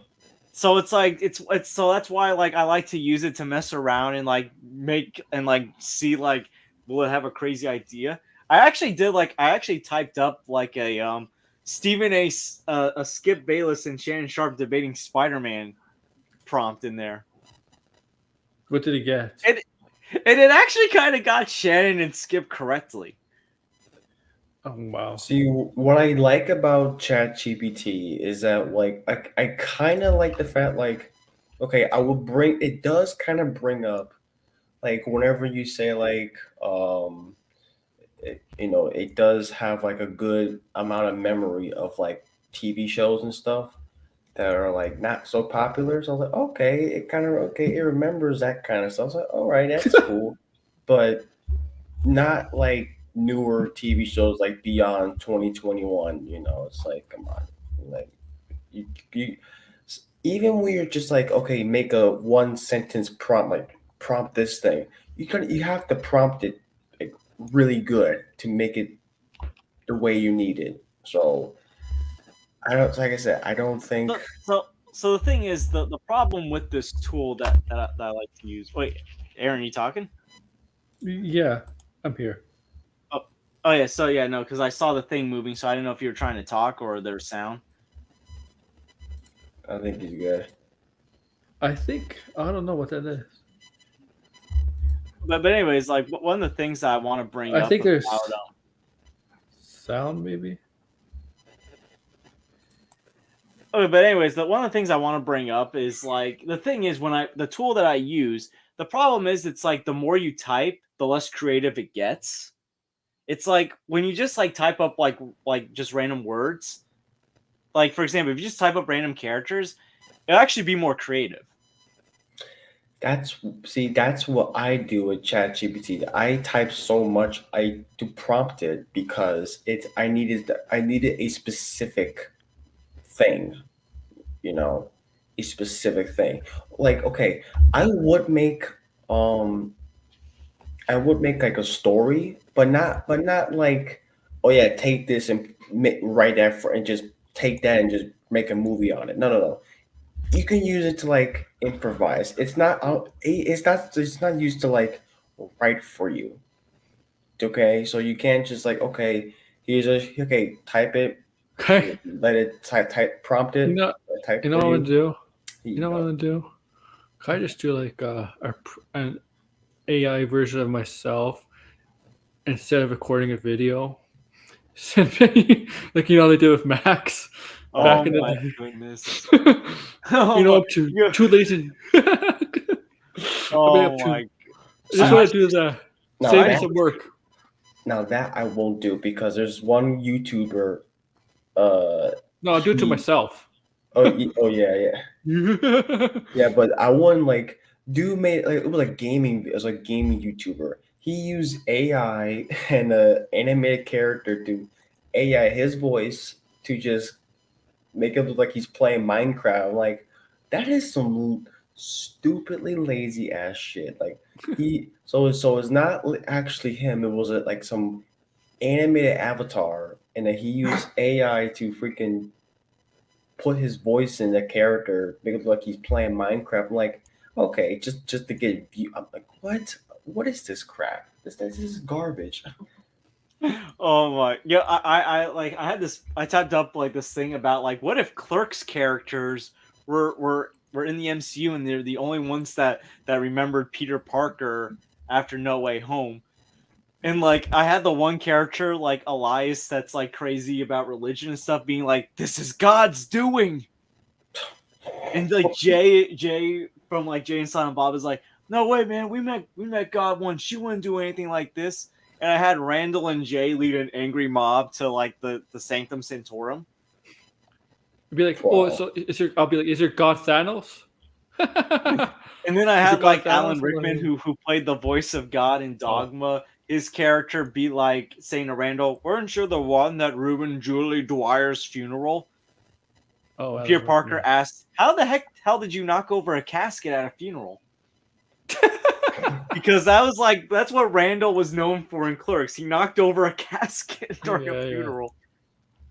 Random. Yeah. Also, the flaw with ChatGPT is that I think what everybody should like realize is that it doesn't go like further. Like what I mean by that is like if you're trying to make a character, if you're trying to make a story and a character dies, it doesn't do it for you. I mean, it will. Like it will type for you, but it's not gonna let you say like, "Oh, he died. He got blown to smithereens." No, no, no. It won't let you do that. So like, it won't let you like type in violent stuff or whatever. Because like, if you're trying to make a story or you're making like a something that's like how Matt Jarbo does his true crime stuff. He tries to Oh type. my, yeah. Oh, that forget it. He ain't gonna get away with that. Yeah, yeah, yeah. You can't like it won't let you do that. It won't let you do that. So that's the it's very flawed. So it's not perfect. So it won't let It's like you. No, you go ahead. I want to just create a random AI story with like random YouTubers' names and just see what I get. Well, I'm gonna go for a bit. I'm gonna go right. I'm gonna go. I'm gonna get off. I'm a little Yeah, tired, I man. actually got. Yeah, I'm Long gonna day. probably get off soon as well because I go back to work tomorrow. It's 11. I've been at this for over And 3 hours. yeah, But good luck tomorrow, man. oh yes, thank you. I'm curious to see what class I'm gonna get tomorrow. So before we head out, do any of you guys have any upcoming streams, Aaron? I was gonna do a stream today on Ahsoka episode 5, chapter 5 spoiler review, but I decided, but I was on your stream, so and that's not happening. I don't know if I'm gonna move it. I gotta move it before Tuesday, so uh, well, I could do it Tuesday before episode 9, no, episode 6 before 9 o'clock. So I'll do it like last week, get it in before the next episode. So yeah, Tuesday I'll do the episode 5 spoiler review at 7 or whatever, just before the next episode. Yeah, so that's my plan. Originally, I was supposed to do it tonight, but I'll move it to Tuesday.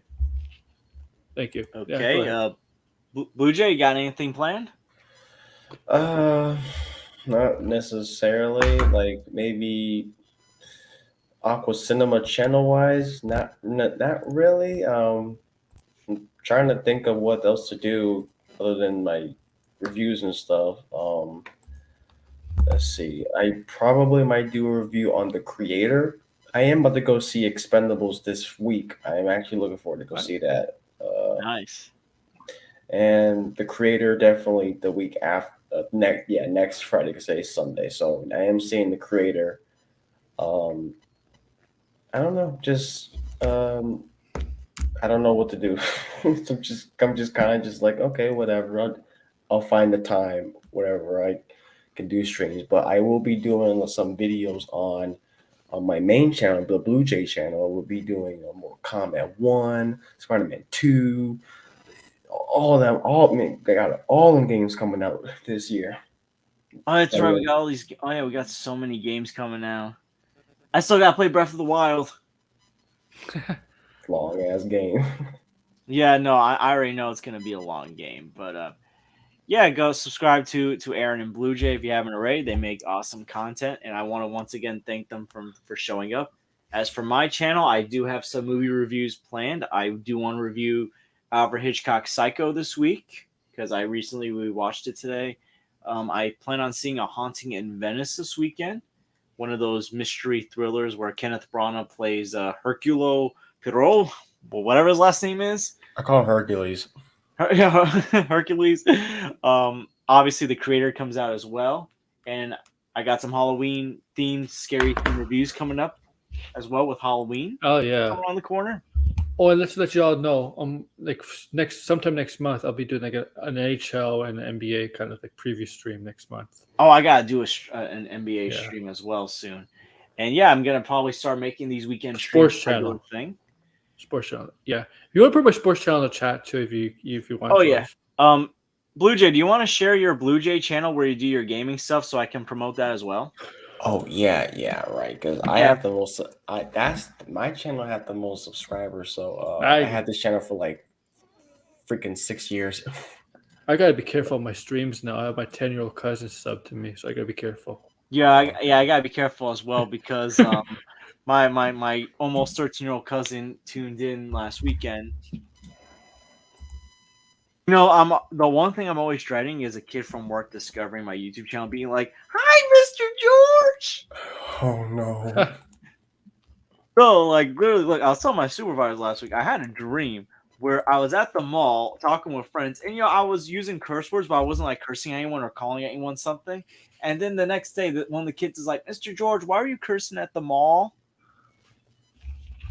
And I was just horrified because words started spreading. I was like, "Oh my goodness, what the heck just happened?" They acting like I actually said something at work to them. I'm like, "Oh my goodness." Oh my gosh. Like, well, luckily, like for me, I have siblings. Well, I have siblings. Are a little older, so I mean, they're used to me cussing a lot. So, but I mean, I have cousins. They see me cuss a lot, so it's. I mean, I can't imagine like being caught in that situation. Like, oh my god, like I never hear a teacher cuss before. Well, the thing is, it's like I remember my sixth grade teacher, like when he was asking, like, "Oh, what do you like or dislike about middle school?" The first week, someone complained about the lockers. He's like, "Oh yeah, they're a pain in the ass," and he was like, "Oh shoot, I'm so sorry I said that." Like he didn't say we were a pain in the ass. He said the lockers were. Yeah, Mr. Tallarico, not related to Tommy Tallarico. Like for any Amico nuts out there, no. Maybe he's a long lost distant cousin. No, don't tell Tony anything. Like, Don't. like he's not related to Tommy Tallarico, as far as I know. Who fell off the face of the earth? Okay. But yeah, Okay. no. So yeah, but yeah, no. Like I said, subscribe to Aaron and Blue Jay. Subscribe to their two channels if you haven't already. Subscribe to this channel if you haven't already. And I hope to see you guys real soon. Peace out, everyone. Take care. Later, everybody. See ya.